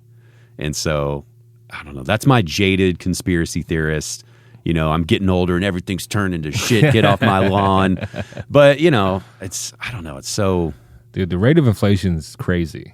Like, I don't remember growing up with the rate of inflation like this. I wasn't paying for shit, but like, it just feels like right now. All right. So remember I told you way early in the podcast, I renewed my butcher box. I'm about to get back on keto. I got the same exact order. My last order was placed in 2019 for the same box.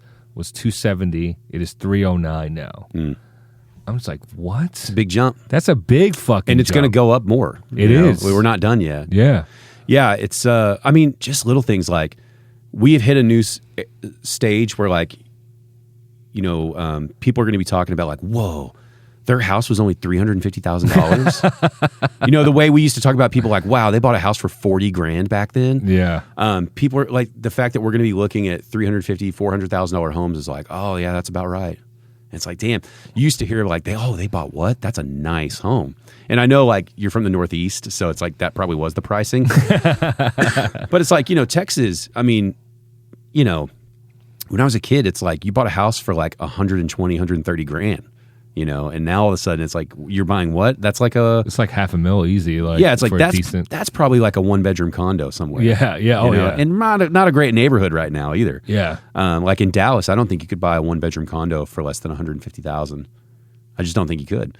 And I mean, is that just life? And like we're just getting older, and it's like that's why these older generations are already so angry because they went through that, and now we're just doing it, and it's the normal cycle, or is that? No, this is not sustainable, and America's collapsing, you know? It is, dude. Yeah. And when you look at the value of the dollar and at the rate of everything's increasing, it just doesn't match up. Like, the value has dropped so much. Like, it's just kind of written on the wall, bro. Yeah. That's what I feel like. I feel like we could be, and that's, again, I'm more liberal, and it's like now I feel like I'm this old conservative where it's like, I think we're witnessing the destruction of this country, you know? But really, you wonder, it's like, hey, look, some countries don't last forever, right? Is there a single country right now that has been around since the beginning of countries? China's probably the closest one. Yeah. Right? But even at some point, China was created and didn't exist. So it's like, you know, things change, and it's like America doesn't have to be forever. Like you could fuck up and ruin it. And it's like, maybe it doesn't get invaded, but maybe it gets like bought and sold. Holy shit. What was it? Is it going to be Handmaid's Tale next? Is it going to turn into...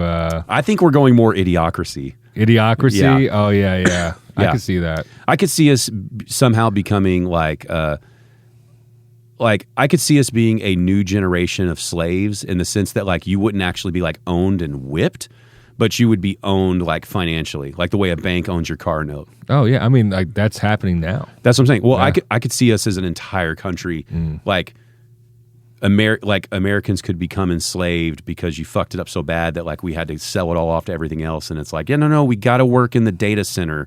You know, that's our duty. Our duty as citizens now, and because I mean, it gets to a point too. Like if shit gets so bad, like. This is like way out there thinking, by the way. I don't think like in 10 years we will be slaves. But like, you know, what stops people from going like, Americans aren't allowed in our country anymore. We don't accept your passports, right? They were doing that during COVID, I think, at some point. So it's like, if you fuck shit up bad enough here, they may not let you go become a citizen somewhere else. Yeah. You have to think about like, all your actions have consequences. And sometimes the world doesn't like it. It's like, that's what I really liked about Obama.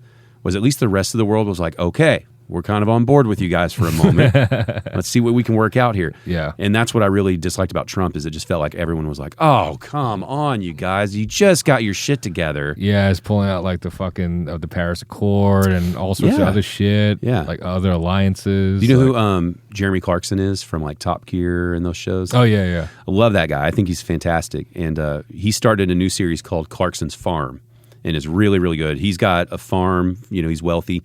And he decided, I actually want to try to learn to farm this now. So he does all the farm work and all this stuff. And when he just tries to build like a little store on his own property, he has to get it all approved through like the council and all this stuff. And the people in the community have to vote on it and all these things. And it's his property. It's his fucking thing. And I know here the first thing people would be like is, like, oh, man, in America, we're fucking free. And like if I want to build shit on my property, I'll build it. And it's like, I don't know. It's also kind of nice knowing, though, that you can't just put whatever the fuck you want that could affect a town in a negative way. Because a lot of their demands were like, the aesthetic needs to match the aesthetic of the countryside. We don't want this traffic congestion causing problems for people who just want to visit the country and all this. And it's like a practical. Yeah, it's like it's pretty reasonable. Yeah. Now, in the series, they ended up getting a little petty with him because he's famous and it got a little out of hand the other way. But it's like, some rules are good. It's nice sometimes to have a little bit of oversight. It's just not overstepping it and fucking everybody, Right. So, I don't know. I think we buy into the illusion of freedom in this country, but oh yeah, we have rules that we like that we call freedom. Mm-hmm. And then if there are rules that we don't like, it's oppression.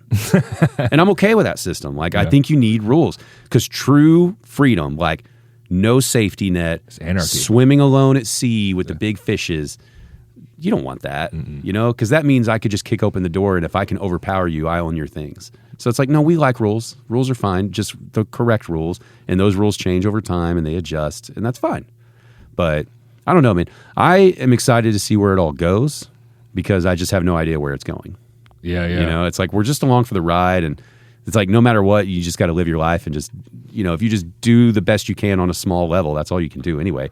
Like I'm not going to go change Halliburton's mind about anything, I had the pleasure to see Joe Wong and Pong at Plano House of Comedy yesterday. Oh, yeah? Sold out, by the way, on a Sunday, completely packed. That's badass. So many Asians. I thought I walked into 99 Ranch, but it was like all Asians. But Joe Wong has his show. He's brilliant, by the way, if you haven't checked him out. He's been doing it for 20 years, 4 times on Letterman. He's like a legend. Wow. He has this joke. He says, America has 400 million guns, but 300 million people. So statistically, I have a gun.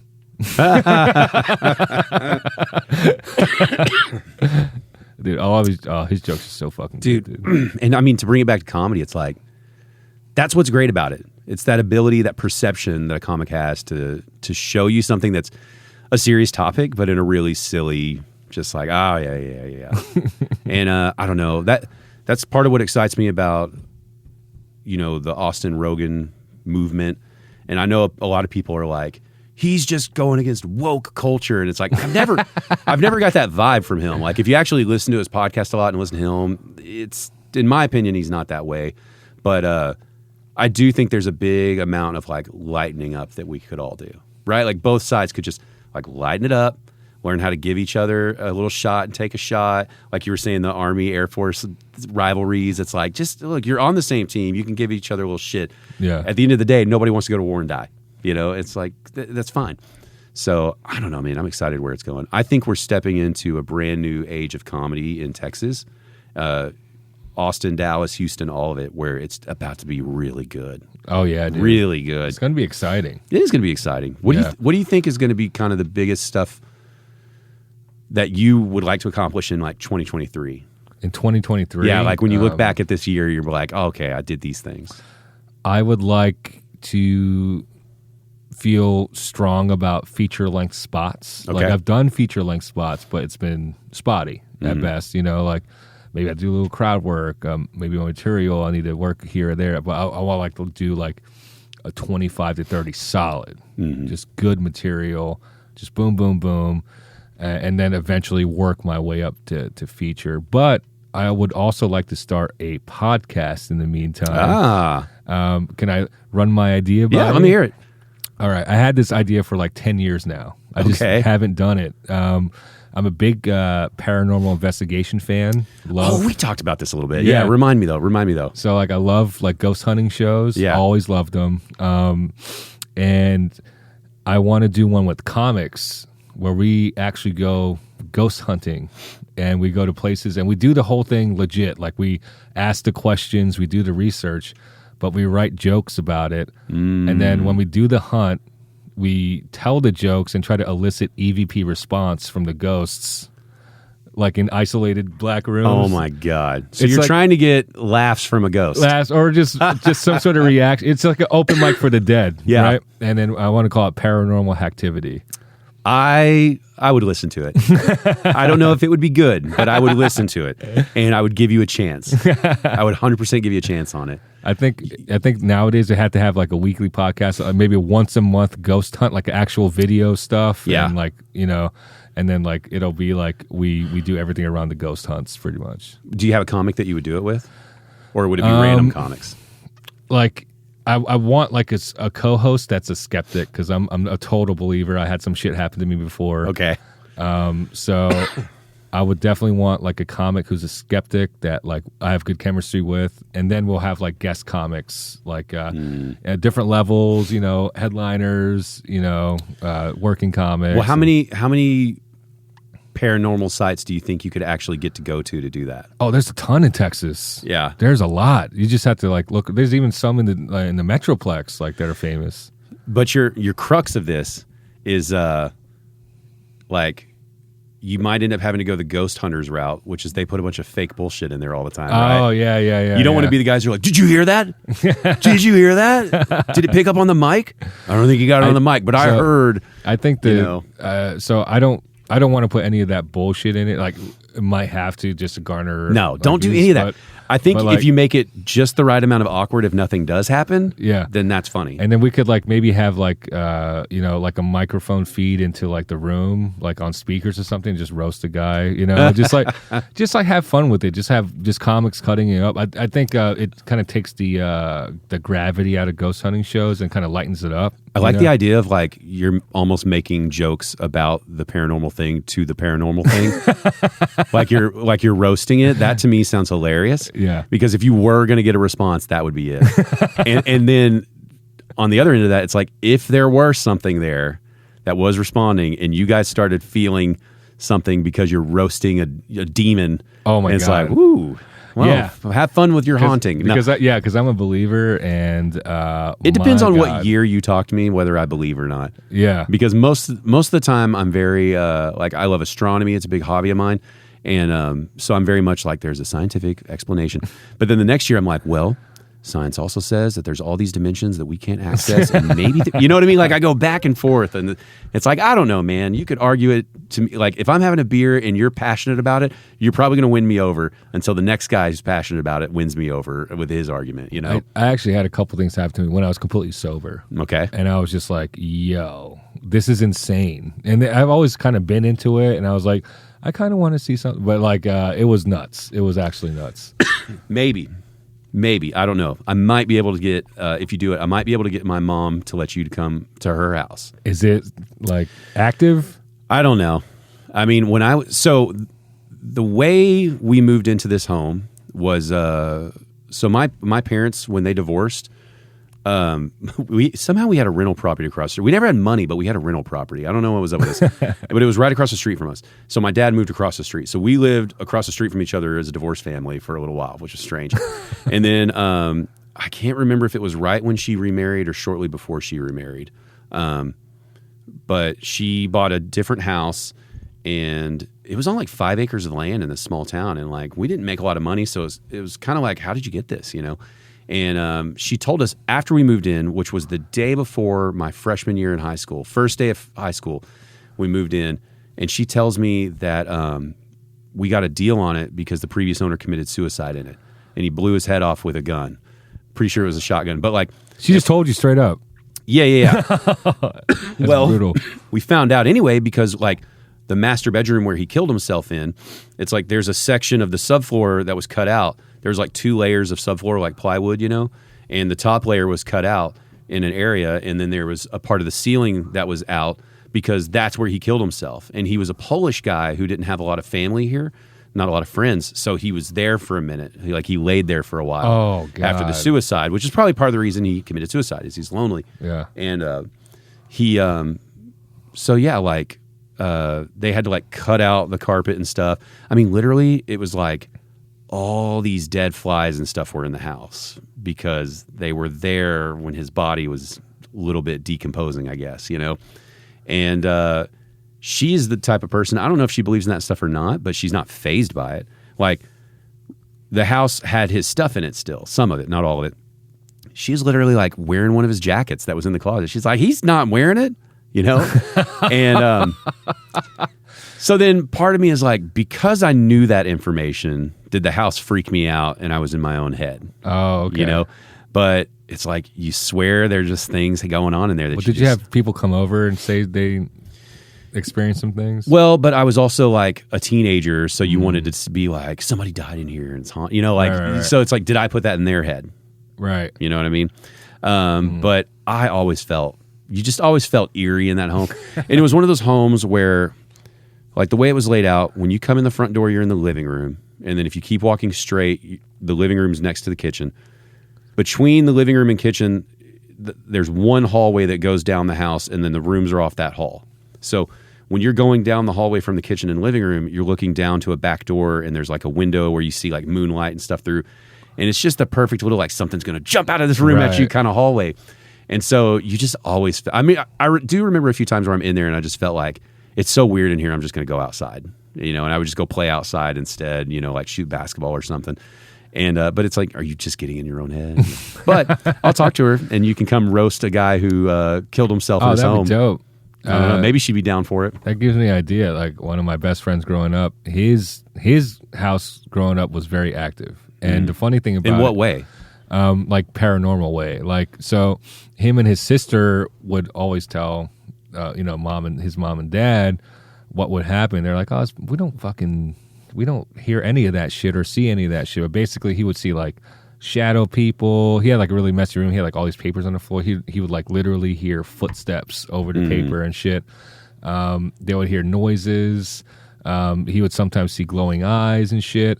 And the funny thing is, like, they, you know, this is years ago, since he moved out and his sister moved out and the mom and dad got a divorce. So it's just a dad in the house.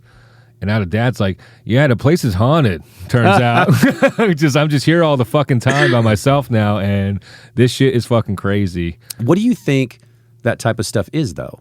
What do you think? Do you think, not necessarily that, but like, do you think these things are ghosts, demons, apparitions, or like planes of existence crossing? Because I believe that we live, as far as we know, we live in an ever-expanding universe that's part of a multiverse of ever-expanding universes.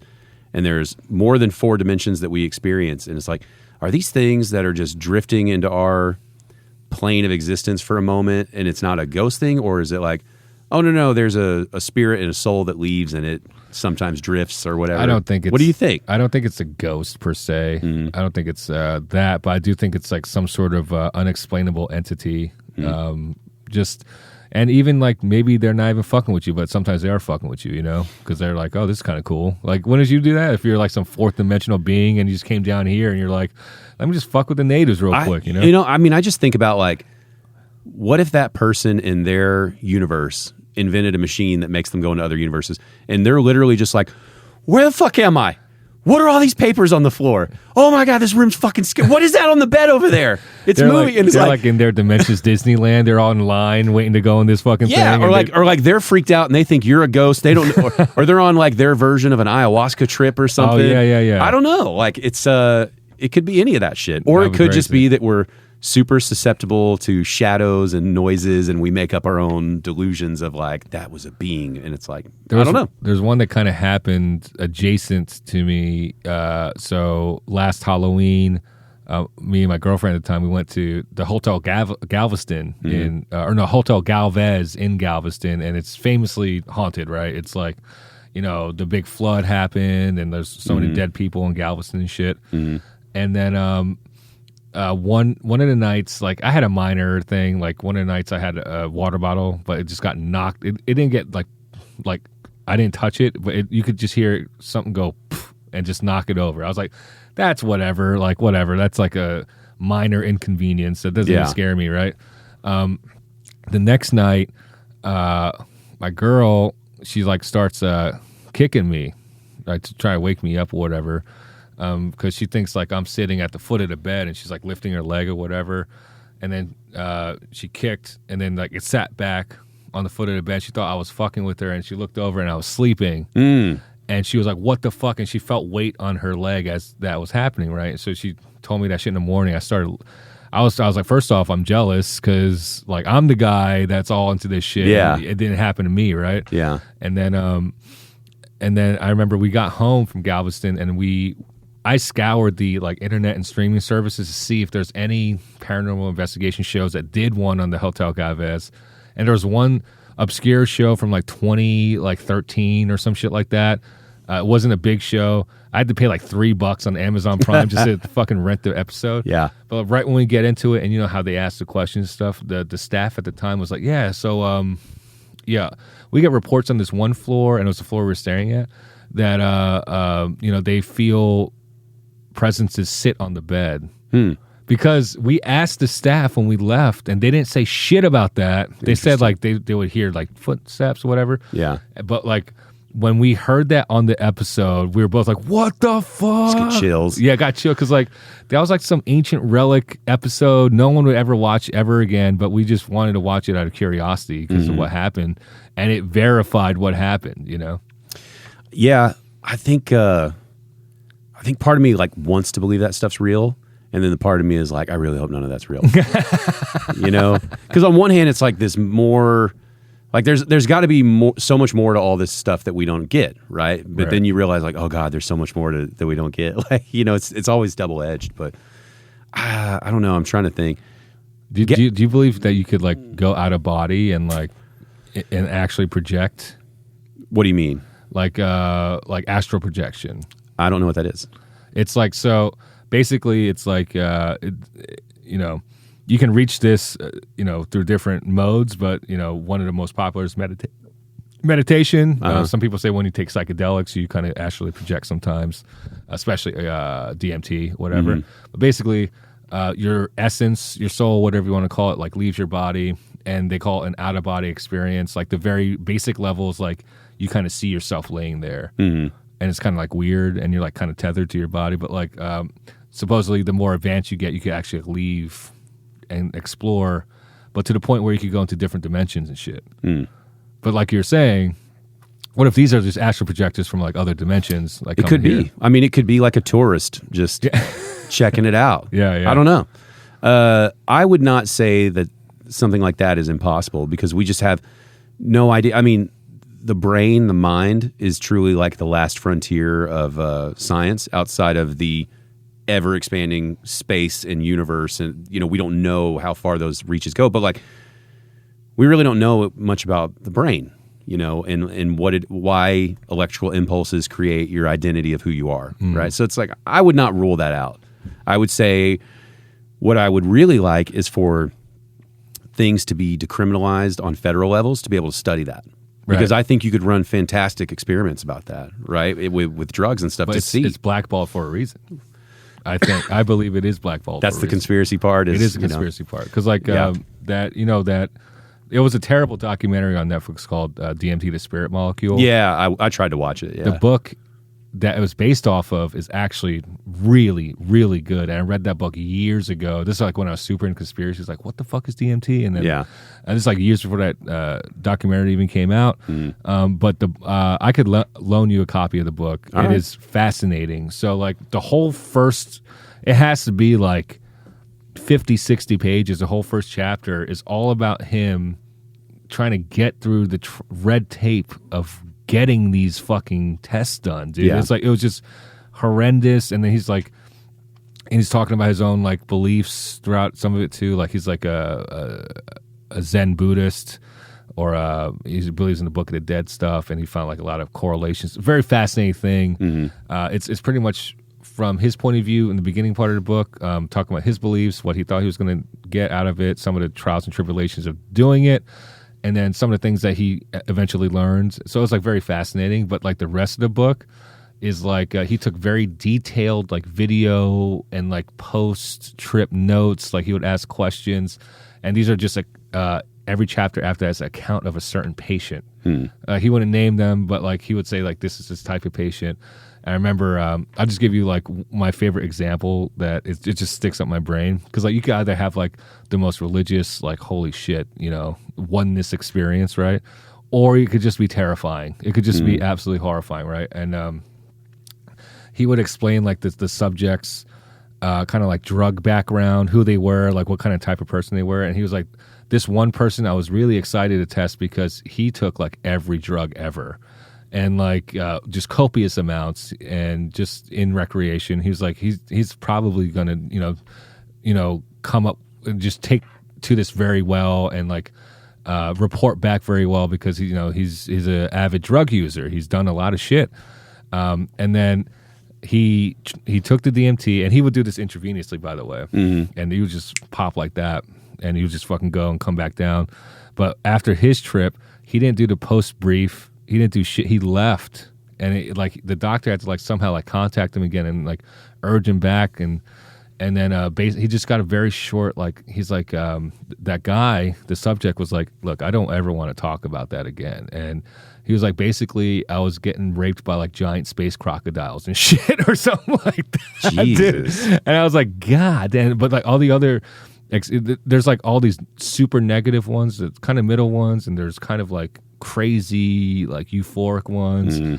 But like the really cool things about some of these, and he kind of talks about this towards the end, is that these are completely different subjects that had no way of knowing each other, but a percentage of them experienced like not the same trip, but the same kind of beings that were on the trip. Yeah, I've heard about that. I can't remember what they called it, but it was like, what do they call them? Machinos? Yeah, maybe. I remember hearing somebody on a different podcast talk about this and saying like they all experienced similar like entities visiting them. Yes, entities or even like effects. Like so, a lot of them reported that like right when the DMT hit their bloodstream, they would hear like some weird sound like crackling or like. And then they just felt like they just like shot into hyperspace, and then they're just not there anymore. I mean, all of that stuff should be getting studied. Yeah, that's the thing is, I'm so open minded. I just want some science to be done on it. Because I mean, why not? Right? It's like people had their minds blown when they found out that Earth wasn't the center of the universe. And Earth wasn't flat, and all these things. I mean, and I think there's a ton of stuff with the mind that we are not exploring, and you should be, dude. I mean, yeah, Galileo probably got so much pussy, just the rock star of his generation. I mean, really think about it though, and it's like that's why I don't go too crazy when I hear wild views right now, and it's like I'll hear out a crazy view, and I'll see like, do you have any logic behind it? Because imagine being people back then who had a crazy view, And it's like that something that we're like, I can't believe they didn't listen to so-and-so. And it's like, yeah, but I mean, in their time, that person sounded like a kook. Right. And it's like, the only problem now is with the internet, you have everybody who's like, they just think I'm crazy. And it's like, you're actually crazy though. You have no sound scientific logic behind any of this. But all these hallucinogenic drugs should be getting tested like crazy. 100%. Crazy. I mean, like you see those reports about, psilocybin being used on like, veterans with PTSD. Yeah. And it gets them to cope way better. Also people with terminal cancer, it gets them to cope with the idea of death, And I just think that like these are like esoteric knowledges that we just knew back in the day. That so like if we don't have access to these things and we don't know that everything is one and you should be empathetic towards everything because we're all connected, you're just gonna be an asshole. But like that's how you control people though. You kind of take away this very important aspect of existence and you're just like, all right, here's a flashlight. Hope Well, that's why I do love astronomy, because it's the constant reminder of how small these things and problems are, right? You have very narrow tunnel vision, on life, like as a human being anyway. And, it's like I was talking to my wife about it the other day. It's probably like Carl Sagan or somebody, but they have a great quote, which I'm not going to get like word for word, obviously, but they talk about how like if all elements, as far as we know in the universe, are made when a star explodes, right? Those elements are created inside the star, and then when it gets to a certain element, it can't create anymore, and it explodes, and then those elements go out into the universe, right? And so as far as we know, everything, every actual element was made that way, except for man-made ones anyway. But then that means all of the molecules and elements that made us, are from the universe. So in a sense, you're here, you are the universe, and you're using telescopes and science and microscopes and all these things to try to understand what it is. So like you're looking at yourself trying to go, what am I? You were made from the thing that you're studying, but you can't figure it out. Right. And that's similar to me about like your own mind. It's like, if those hallucinogenics can let you tap into that inner research about yourself that way, in a positive way, it's like, we should probably be studying all of this. We don't, like, what is this thing that turns your mind off and takes you to another place for a little while? Bro. Is it all in your mind, or are you really going somewhere? I think that warrants study. So like, I'm such a pussy. I read all these books. I never did any psychedelics. Yeah. I want to do it. A lot of my friends do it. I've never done any. I'm trying to decide when it comes time to do it, who I would like to do it with. Yo, dude, let's do it. Well, let's do it. Well, we can do that, but I mean, like, I want like a guide of some kind with me. I know a couple of comics that are good. Okay, that are very experienced at this. So, I read a bunch of books, Terrence McKenna, books like that about psilocybin, books about DMT and shit. I honestly believe that, mankind, we I love science fiction, but like we tangibly try to like look into space and fly into space and go to Mars, like physically, right? Mm-hmm. But I think space travel is psychedelics, dude. Mm-hmm. It launches you like hyperspace mode. It's not like some near planetary system. You go fucking just somewhere so goddamn far away when you take shit like that, dude. Do you remember that movie Contact with Jodie Foster? Yeah. It's like, that's one of the really, like, people hate a lot of that ending, but that's one of the really crazy parts is whenever they're like, oh yeah, you just fell through, your camera just had some static and that was it. And they're like, yeah, but there was like 7-8 hours of static or whatever. And it's like, yeah, you forget that in the universe, time is a very relative thing, and that a second to someone could be hours somewhere else, depending on how fast you're traveling, how much gravity is around you, all these things. Like if you're next to a black hole, you could be experiencing time completely different than us here on Earth.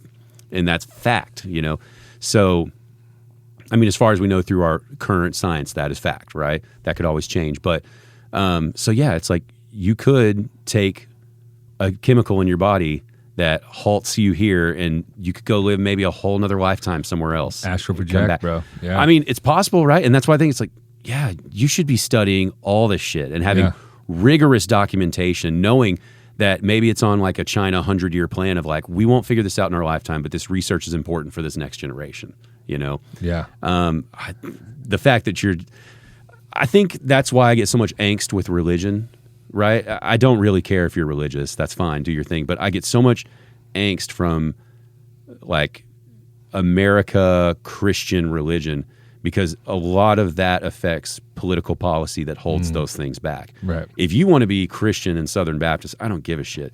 But I want 100% separation of church and state. Me too. Me too. I think the religious aspects of our culture and world culture in general, it's not just us. Yeah. There's a lot of conservatives in a lot of different parts of the world, advanced countries even. It just holds progress back. It really does, scientifically. Yeah. Well, and I've always felt like if you are a devout Christian, you should be pushing for all of this scientific discovery, because ultimately it's going to prove you correct. We are going to find a white bearded man in space who made all, like, science would prove you correct. And to the same, point, like, if we proved that, holy shit, guys, we think this religion is the thing because of all this scientific data, I'd be like, holy shit, it's that religion. Yeah. Well, fuck, we better go to church, you know? Like, I'm open-minded enough to go, like, it could be, I don't think it is, but it could be. And the only way you're going to find out is by studying all of it. So it's like, can we just study all of it? If nobody gets hurt by it, let's fucking study it, you know? Who was the genius that was like, hey, man, I got a plan. There's only one guy that controls everything. Everything. And only I can talk to him. That's it. That's it. That dude was a genius, bro. I mean, and there's always somebody gullible enough to be like, oh, I mean, it's almost like the open mic comic who wants to latch on to like a bigger, better comic, right? It's like you will believe anything they say because you're hoping you're going with them. Yeah. You know, and I think that's how the whole flat Earth thing started. I think it's just a bunch of people who needed a social group, and somebody trolled them really hard, and they went with it, and then they just ran. And also, like, if God can talk to you, you ever played a telephone game? Yes, yeah, I know. Yeah, like, there has to be some, like, you really think God told Abraham to kill his son? Maybe what he was like, tell your son I like him. You know, Yeah. He's like, oh, I got to kill him. Okay, all right. all right. Well, and I think all that shit's made up. I think everything in the Bible is 100% made up. Yeah, and it's all stories that got bastardized through different translations and all this stuff. And it was all original bag of mythology. Yeah, and it was all just like, hey, these are stories about how to not be a dick. Yeah, you know, and then they all get, you know, this church at this particular time and this particular power said like, let's rephrase this because that'll make them stay in line. And that's all that shit is, you know? It's like the Pope came out recently and was like, we think it might be time to lift the 1,000-year ban on priests being able to get married. Really? Yeah, and it's like... Just so they can stop fucking them kids, man. Yeah, like, and it's like, oh, so cool you guys think that was a big problem. It's like, Jesus... Oh my God. It's like the ideas that you think an omnipotent being who created everything in the known universe, that he would care if the preacher fucked somebody, a woman, right, and married. Are you kidding me? That's so fucking, the logic of it, you should be able to sniff that out, you know? But I think people just want to believe in something so bad that they'll be like, well, you know, they're a man of God, they can't have sex. And it's like, okay, well, that's just fucking stupid. Dude, there's this great book called The Pagan Christ, and it kind of breaks down Christianity by almost parable, and it shows you where in mythology that came from, what part of the world, and how many years before Christianity. Yeah. Like, so pretty much every story, major story, even Jesus, you know, died, resurrected 3 days later. Like, so many deities before did the same thing. Yeah, because isn't Noah's Ark basically like Gilgamesh, I think? Yes. Is that part, you know what I mean? That kind of stuff where it's just like, oh, so we tweaked it a little. Yeah. Easter, Ishtar, you know, is the god of fertility.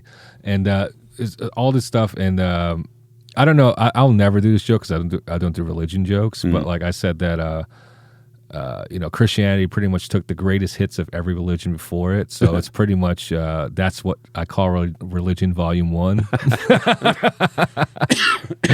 Oh my God. Yeah. You know what?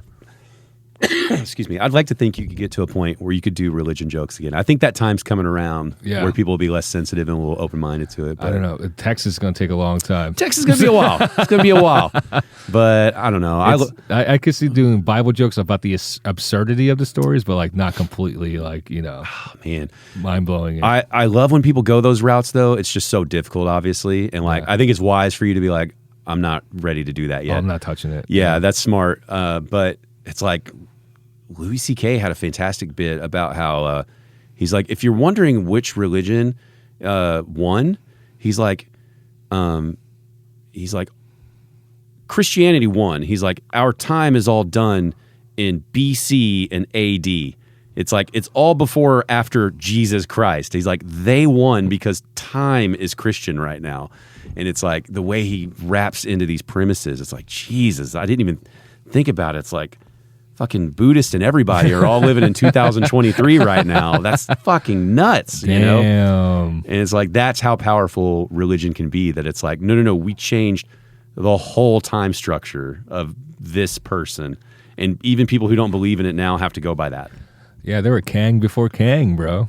Just creating new timelines and shit. Yeah. There's like all these interesting conspiracy theories that have been debunked, but like, oh man, what was it? It was like the Dark Ages never happened or some shit. It was like stitched together.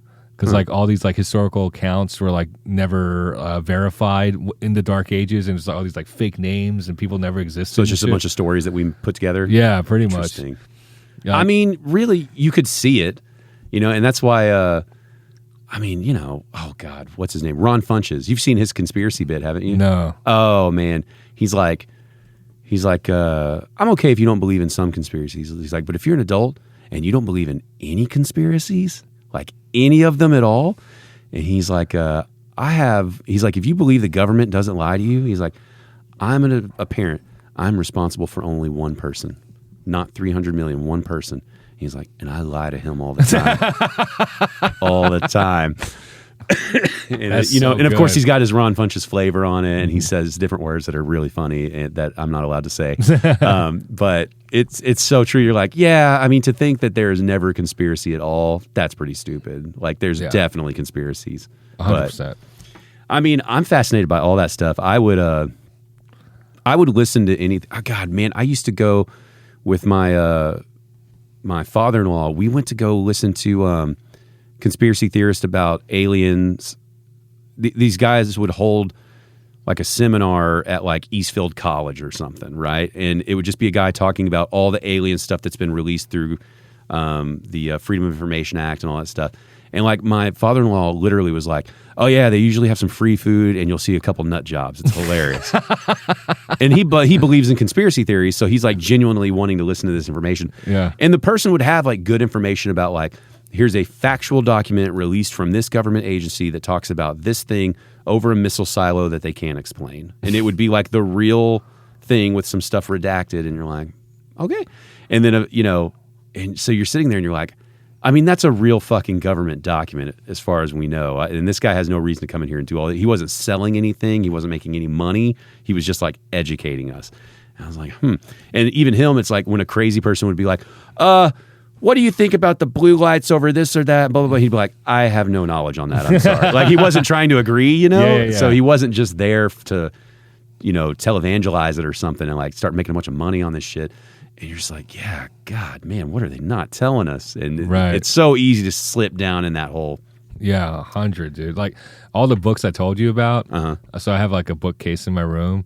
I have like all the books I want people to see, like kind of eye level. But all the books I just told you about are like on the very bottom shelf. You gotta fucking you gotta get down to see. Yeah. Because like I don't want people to know like I was super into that shit a long time ago. Yeah. Well, if you were gonna do. You were talking about doing some sort of hallucinogen. Like, what do you think is the one you want to do? Because I get, like you said, I'm a little bitch. I get scared about I don't want to do something and have a horrible bad trip or have a weird adverse reaction. And it's like I'm in my 40s. Which can I dedicate 6 to 8 hours to one fucking thing? I have a panic attack thinking about my kid's college education and how we're going to pay for it. And now you're talking about I'm going to take a molecule that takes me across the universe. I don't know, man.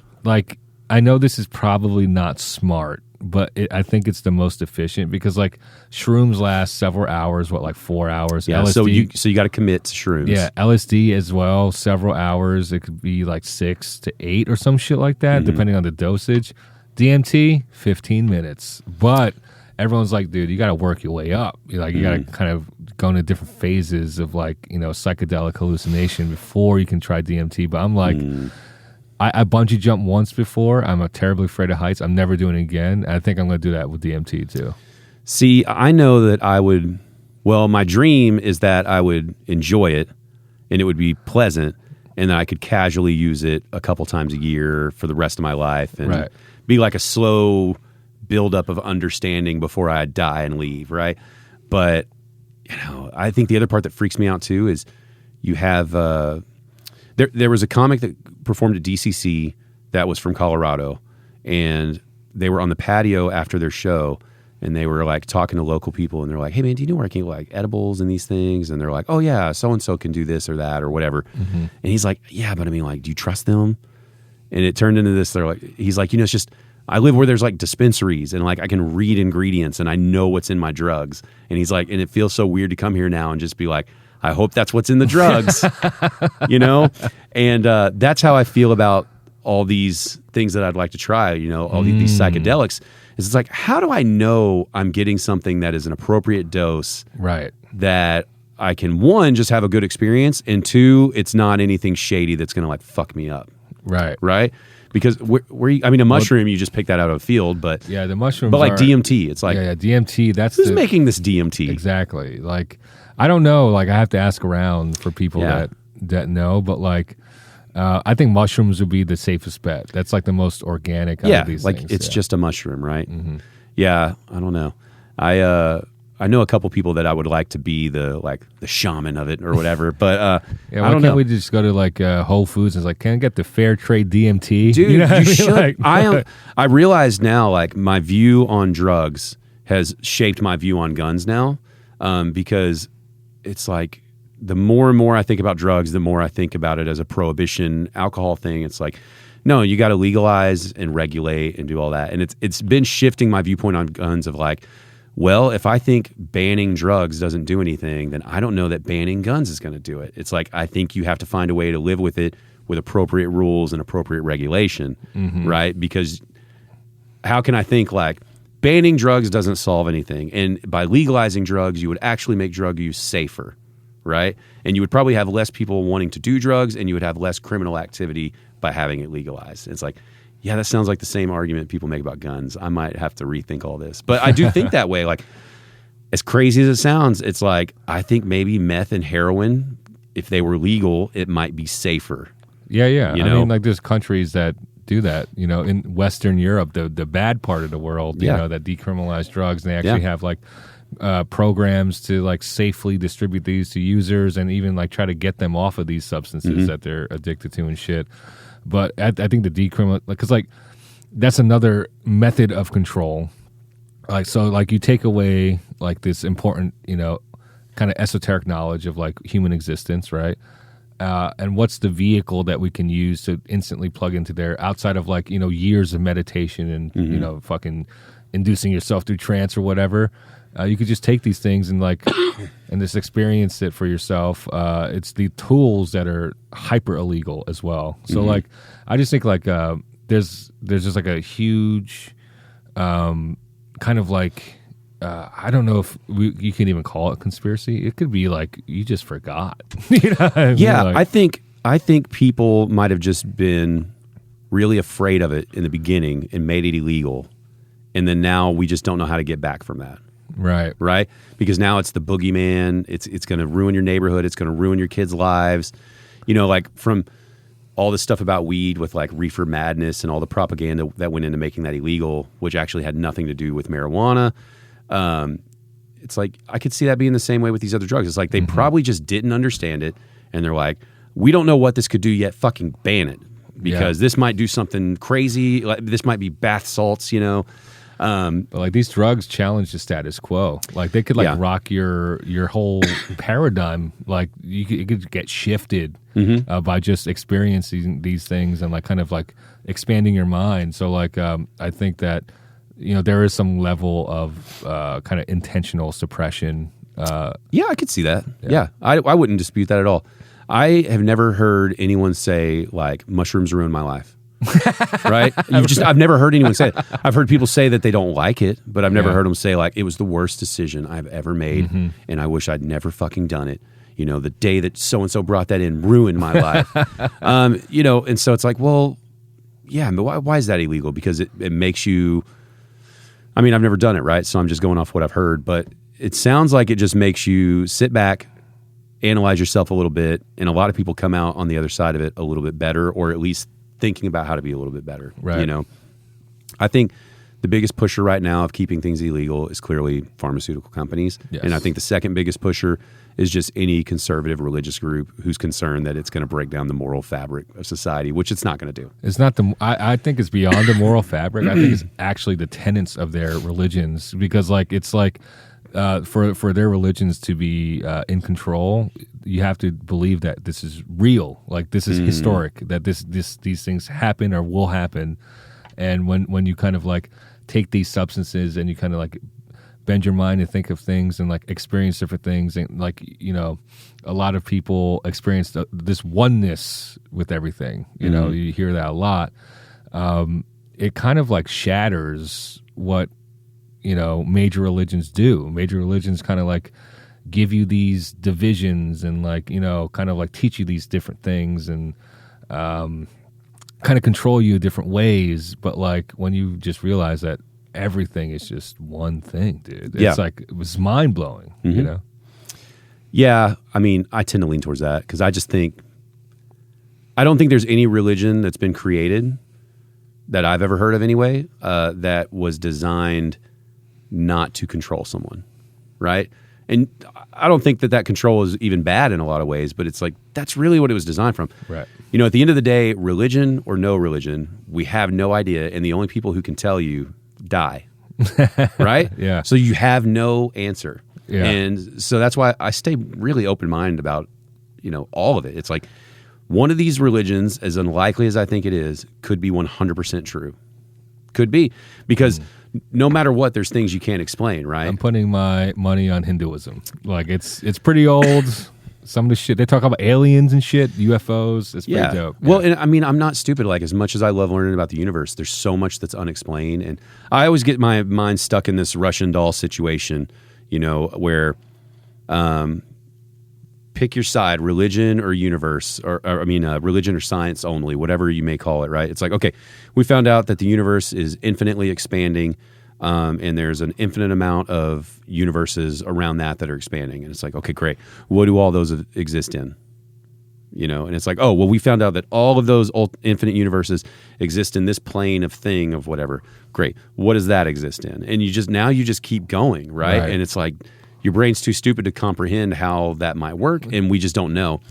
Now, take religion the same way. It's like, okay, we found out Hinduism is the thing, and is Hinduism monotheistic? Polytheistic? No, it's poly. It's poly, right? It's like poly to the point where it's like just a giant space orgy. Okay, dude. Like, that's right. So, yeah, we found out that all these gods exist, and here's the leader of those gods, and it's like, cool. Where did the leader of those gods come from? And why did he create those gods that created this universe and these things? And you just keep going. And it's like, you know, and so it's like the Big Bang, as far as we know, was something instantly existed out of nothingness, right? And because the bang, everything inside the bang is the universe is expanding, right? And I think that that's likely what happened. But that still begs the question of like, what do you mean nothing? What the fuck is nothingness? What do you mean there was nothing and something happened in nothing? Right. Now we have to define what nothing is and how something just popped up. And like there has to be these things that create something, right? And there's just all these answers. And then, oh, we found out that the Big Bang happened in this thing. That's what it happened in. Cool. That thing, what's it housed in? Right. You know, and you just, and then all of that comes down to, well, what's the purpose of all this? Why would there be a thing of nothing for a Big Bang to even happen in that creates planets and life and stars? And the same with religion. It's like, well, why would all these gods want to make some little pets down here to do this stuff? This just makes no sense. What is this thing? What is their purpose? Do you think we're a simulation, that we're all just in a giant Sims game? It's possible. Yeah. I talk to my wife about it a lot whenever I hear, lately, it could just be my own internal, like I could just be noticing it more. But it's like lately, you know, I'll learn about or hear about something strange, and then it just seems to be the topic that I hear about for like a week or two. You know, and that could be like an algorithm thing. It could be, I don't know, but it's like someone will talk to me about something, and then someone else will talk to me about that. And it'll be such a random, I'm trying to think of, you know, what might have happened recently. It's like these NPCs telling you the same thing, like to guide you on your side quest or something. Sure, yeah. And it's like, I always tell my wife all the time, I'm like, simulation. Yeah. And she's like, I know. I know. And I'm like, we went to get barbecue yesterday in Deep Ellum at Terry Black's, right? Mm-hmm. And when we were in line, there was a mom and her son behind us that were like, my son's like constantly messing with people. He's at that age where he's like looking at people and stuff. And they were being like really nice and just teasing. And they kept talking about how they'd never been to this place and all that. They were talking amongst themselves. And it's like, I think because I do this podcast, I just like talking to people now. So I was like, hey, I heard this is y'all's first time in here. I overheard you. And they're like, yeah. I was like, so are you from out of town? And they're like, oh, yeah. We came into Dallas. And I was like, what'd you guys come here for? And the mom looks a little embarrassed, and the son's like, oh, we came here for the furry convention at the Sheraton. Right? Mom and son, huh? The mom drove the son down from Kansas so he could go to the furry convention. Wow. Which, little side note, if this teenager can go to a furry convention instead of feeling like a loser in Kansas by themselves, it might be one less school shooting. That's true. So that's a supportive ass mom. That's a great mom. Yeah. I don't know if she was a furry also, but she did not look like she was. She was hiding her tail the whole time. Well, because initially they just said convention. And I was like, oh, at the Sheraton? They're like, yeah. I was like, what kind of convention is it? And that's when it seemed like the mom stopped talking and the son's like, it was a furry convention, you know? And then he goes on, he's like, there were 6,000 people there this year. Wow. And it's like, oh, shit. And it's like, great. If that keeps you from breaking down and killing yourself, shooting something, if that's your hobby and you found people to connect with, fantastic. But, so we're talking about that. And then she's like, oh, I'll have to tell my coworker about this. We were talking about furries at work. And I was like, really? And then it was like, when we sat down, her coworker was like, just heard there was a furry convention in Dallas. Just stuff like that where you're like, that's just too convenient. yeah, it's like, what? Come on. That's some simulation shit. That's really a little, convenient. the algorithm in our simulation was just going like furry, make them text a furry, and we're talking about furries. Okay, there we go. And it just seems too... The algorithm's slipping now, dude. We're like, I think we're over-processing here. We've seen so many sci-fi movies to the point where we could catch the algorithm in our own simulation. Yeah. It's like, that is out of a movie. That's not real It could life. be. And it's like, we talk about AI taking stuff over, and it's like, what if we're the AI of something else right now that's getting a little out of hand? Right. It could be. And then that starts getting... That's why I would think you should study the universe to like... I think you should spend as much money as possible studying this stuff, because it's ultimately going to answer everything we're trying to figure out. Because, it's like we could be the thing that's created by something else. And then that starts asking questions of, what does the definition of life really mean? And how do you constitute that something is then alive? Because like vegetarians and vegans, I think I would like to move into a vegan diet, because I really hate the idea of killing animals for my food, right? And I go back and forth on it. Like right now I'm eating meat. I just talked about getting barbecue, but then I'll see like a cow get slaughtered and I'm like, God, I shouldn't eat fucking meat, I mean, I don't see it get slaughtered, but like I'm watching Jeremy Clarkson's farm show and he has to take his cows to slaughter and he feels bad about it. I'm like, I know, man, we should stop eating meat, And then you start thinking about it, it's like, man, if everything's connected and we're defining life and feelings and emotions, it's like, is there a frequency that I just can't experience where every time I mow my lawn, there's just millions of blades of grass just being like, no, God, no. And we're just constantly murdering all this stuff. All the trees we trim and the plants we eat is just death and ferociousness. And it's like, I mean, maybe that's somebody's sci-fi movie, but you do wonder. It's like, now you start to question, like, what is life? Because I don't want to eat my dog, right? But I don't think twice about a blueberry, right? Fuck that blueberry. I'm hungry. That blueberry's delicious. But what if the blueberry is just like, no? It's the sweetest fucking fruit. Yeah, it's just like so nice to other fruits. And like we were talking about with all the drugs, it's like everything's connected, man. Yeah. Like, but then you just can't eat anything anymore if you fucking figure that out. Like, what if? I mean, but you have to eat stuff. Yeah. Somebody, I don't know if they wrote a book about it. I can't remember. Somebody wrote something about that I read about how like if an alien visited Earth, maybe the reason they don't want to come back is because we live in a system that requires the only way something can live is by eating something else, right? Like a caterpillar has to eat leaves and shit. We have to eat animals, other animals. Like everything is constantly just eating something. True. In this whole world. And an alien might just be like, fuck that plate. Everything eats everything. Yeah. And it was a crazy concept. This world's dramatic. Yeah. Like as science, where they're just like, why don't you just, like we found out our bodies can just use the sun. And that's where we get all our energy from the sun, and they eat everything here. Yeah. And it's like, but this is our version of life that we're comfortable with accepting, right? And it's like, you don't think twice about eating this stuff because it's like, well, we have cells and energy and calories and shit. Yeah. So I don't know. That's interesting. All those conversations right there are also the reasons I get terrified to take any psychedelics. Oh, dude. Because it's like, I'm stone sober right now thinking like that. I don't know what these drugs are going to do if I start taking those, but I still kind of want to. Oh, dude, I want it so bad. All right. Bad. We've been going, you may be the longest podcast I've ever had. Really? You might be. Yeah, dude, I've enjoyed talking to you. I have to cut out 20 minutes for my, what would I say I had? My lung issues or whatever. Yeah.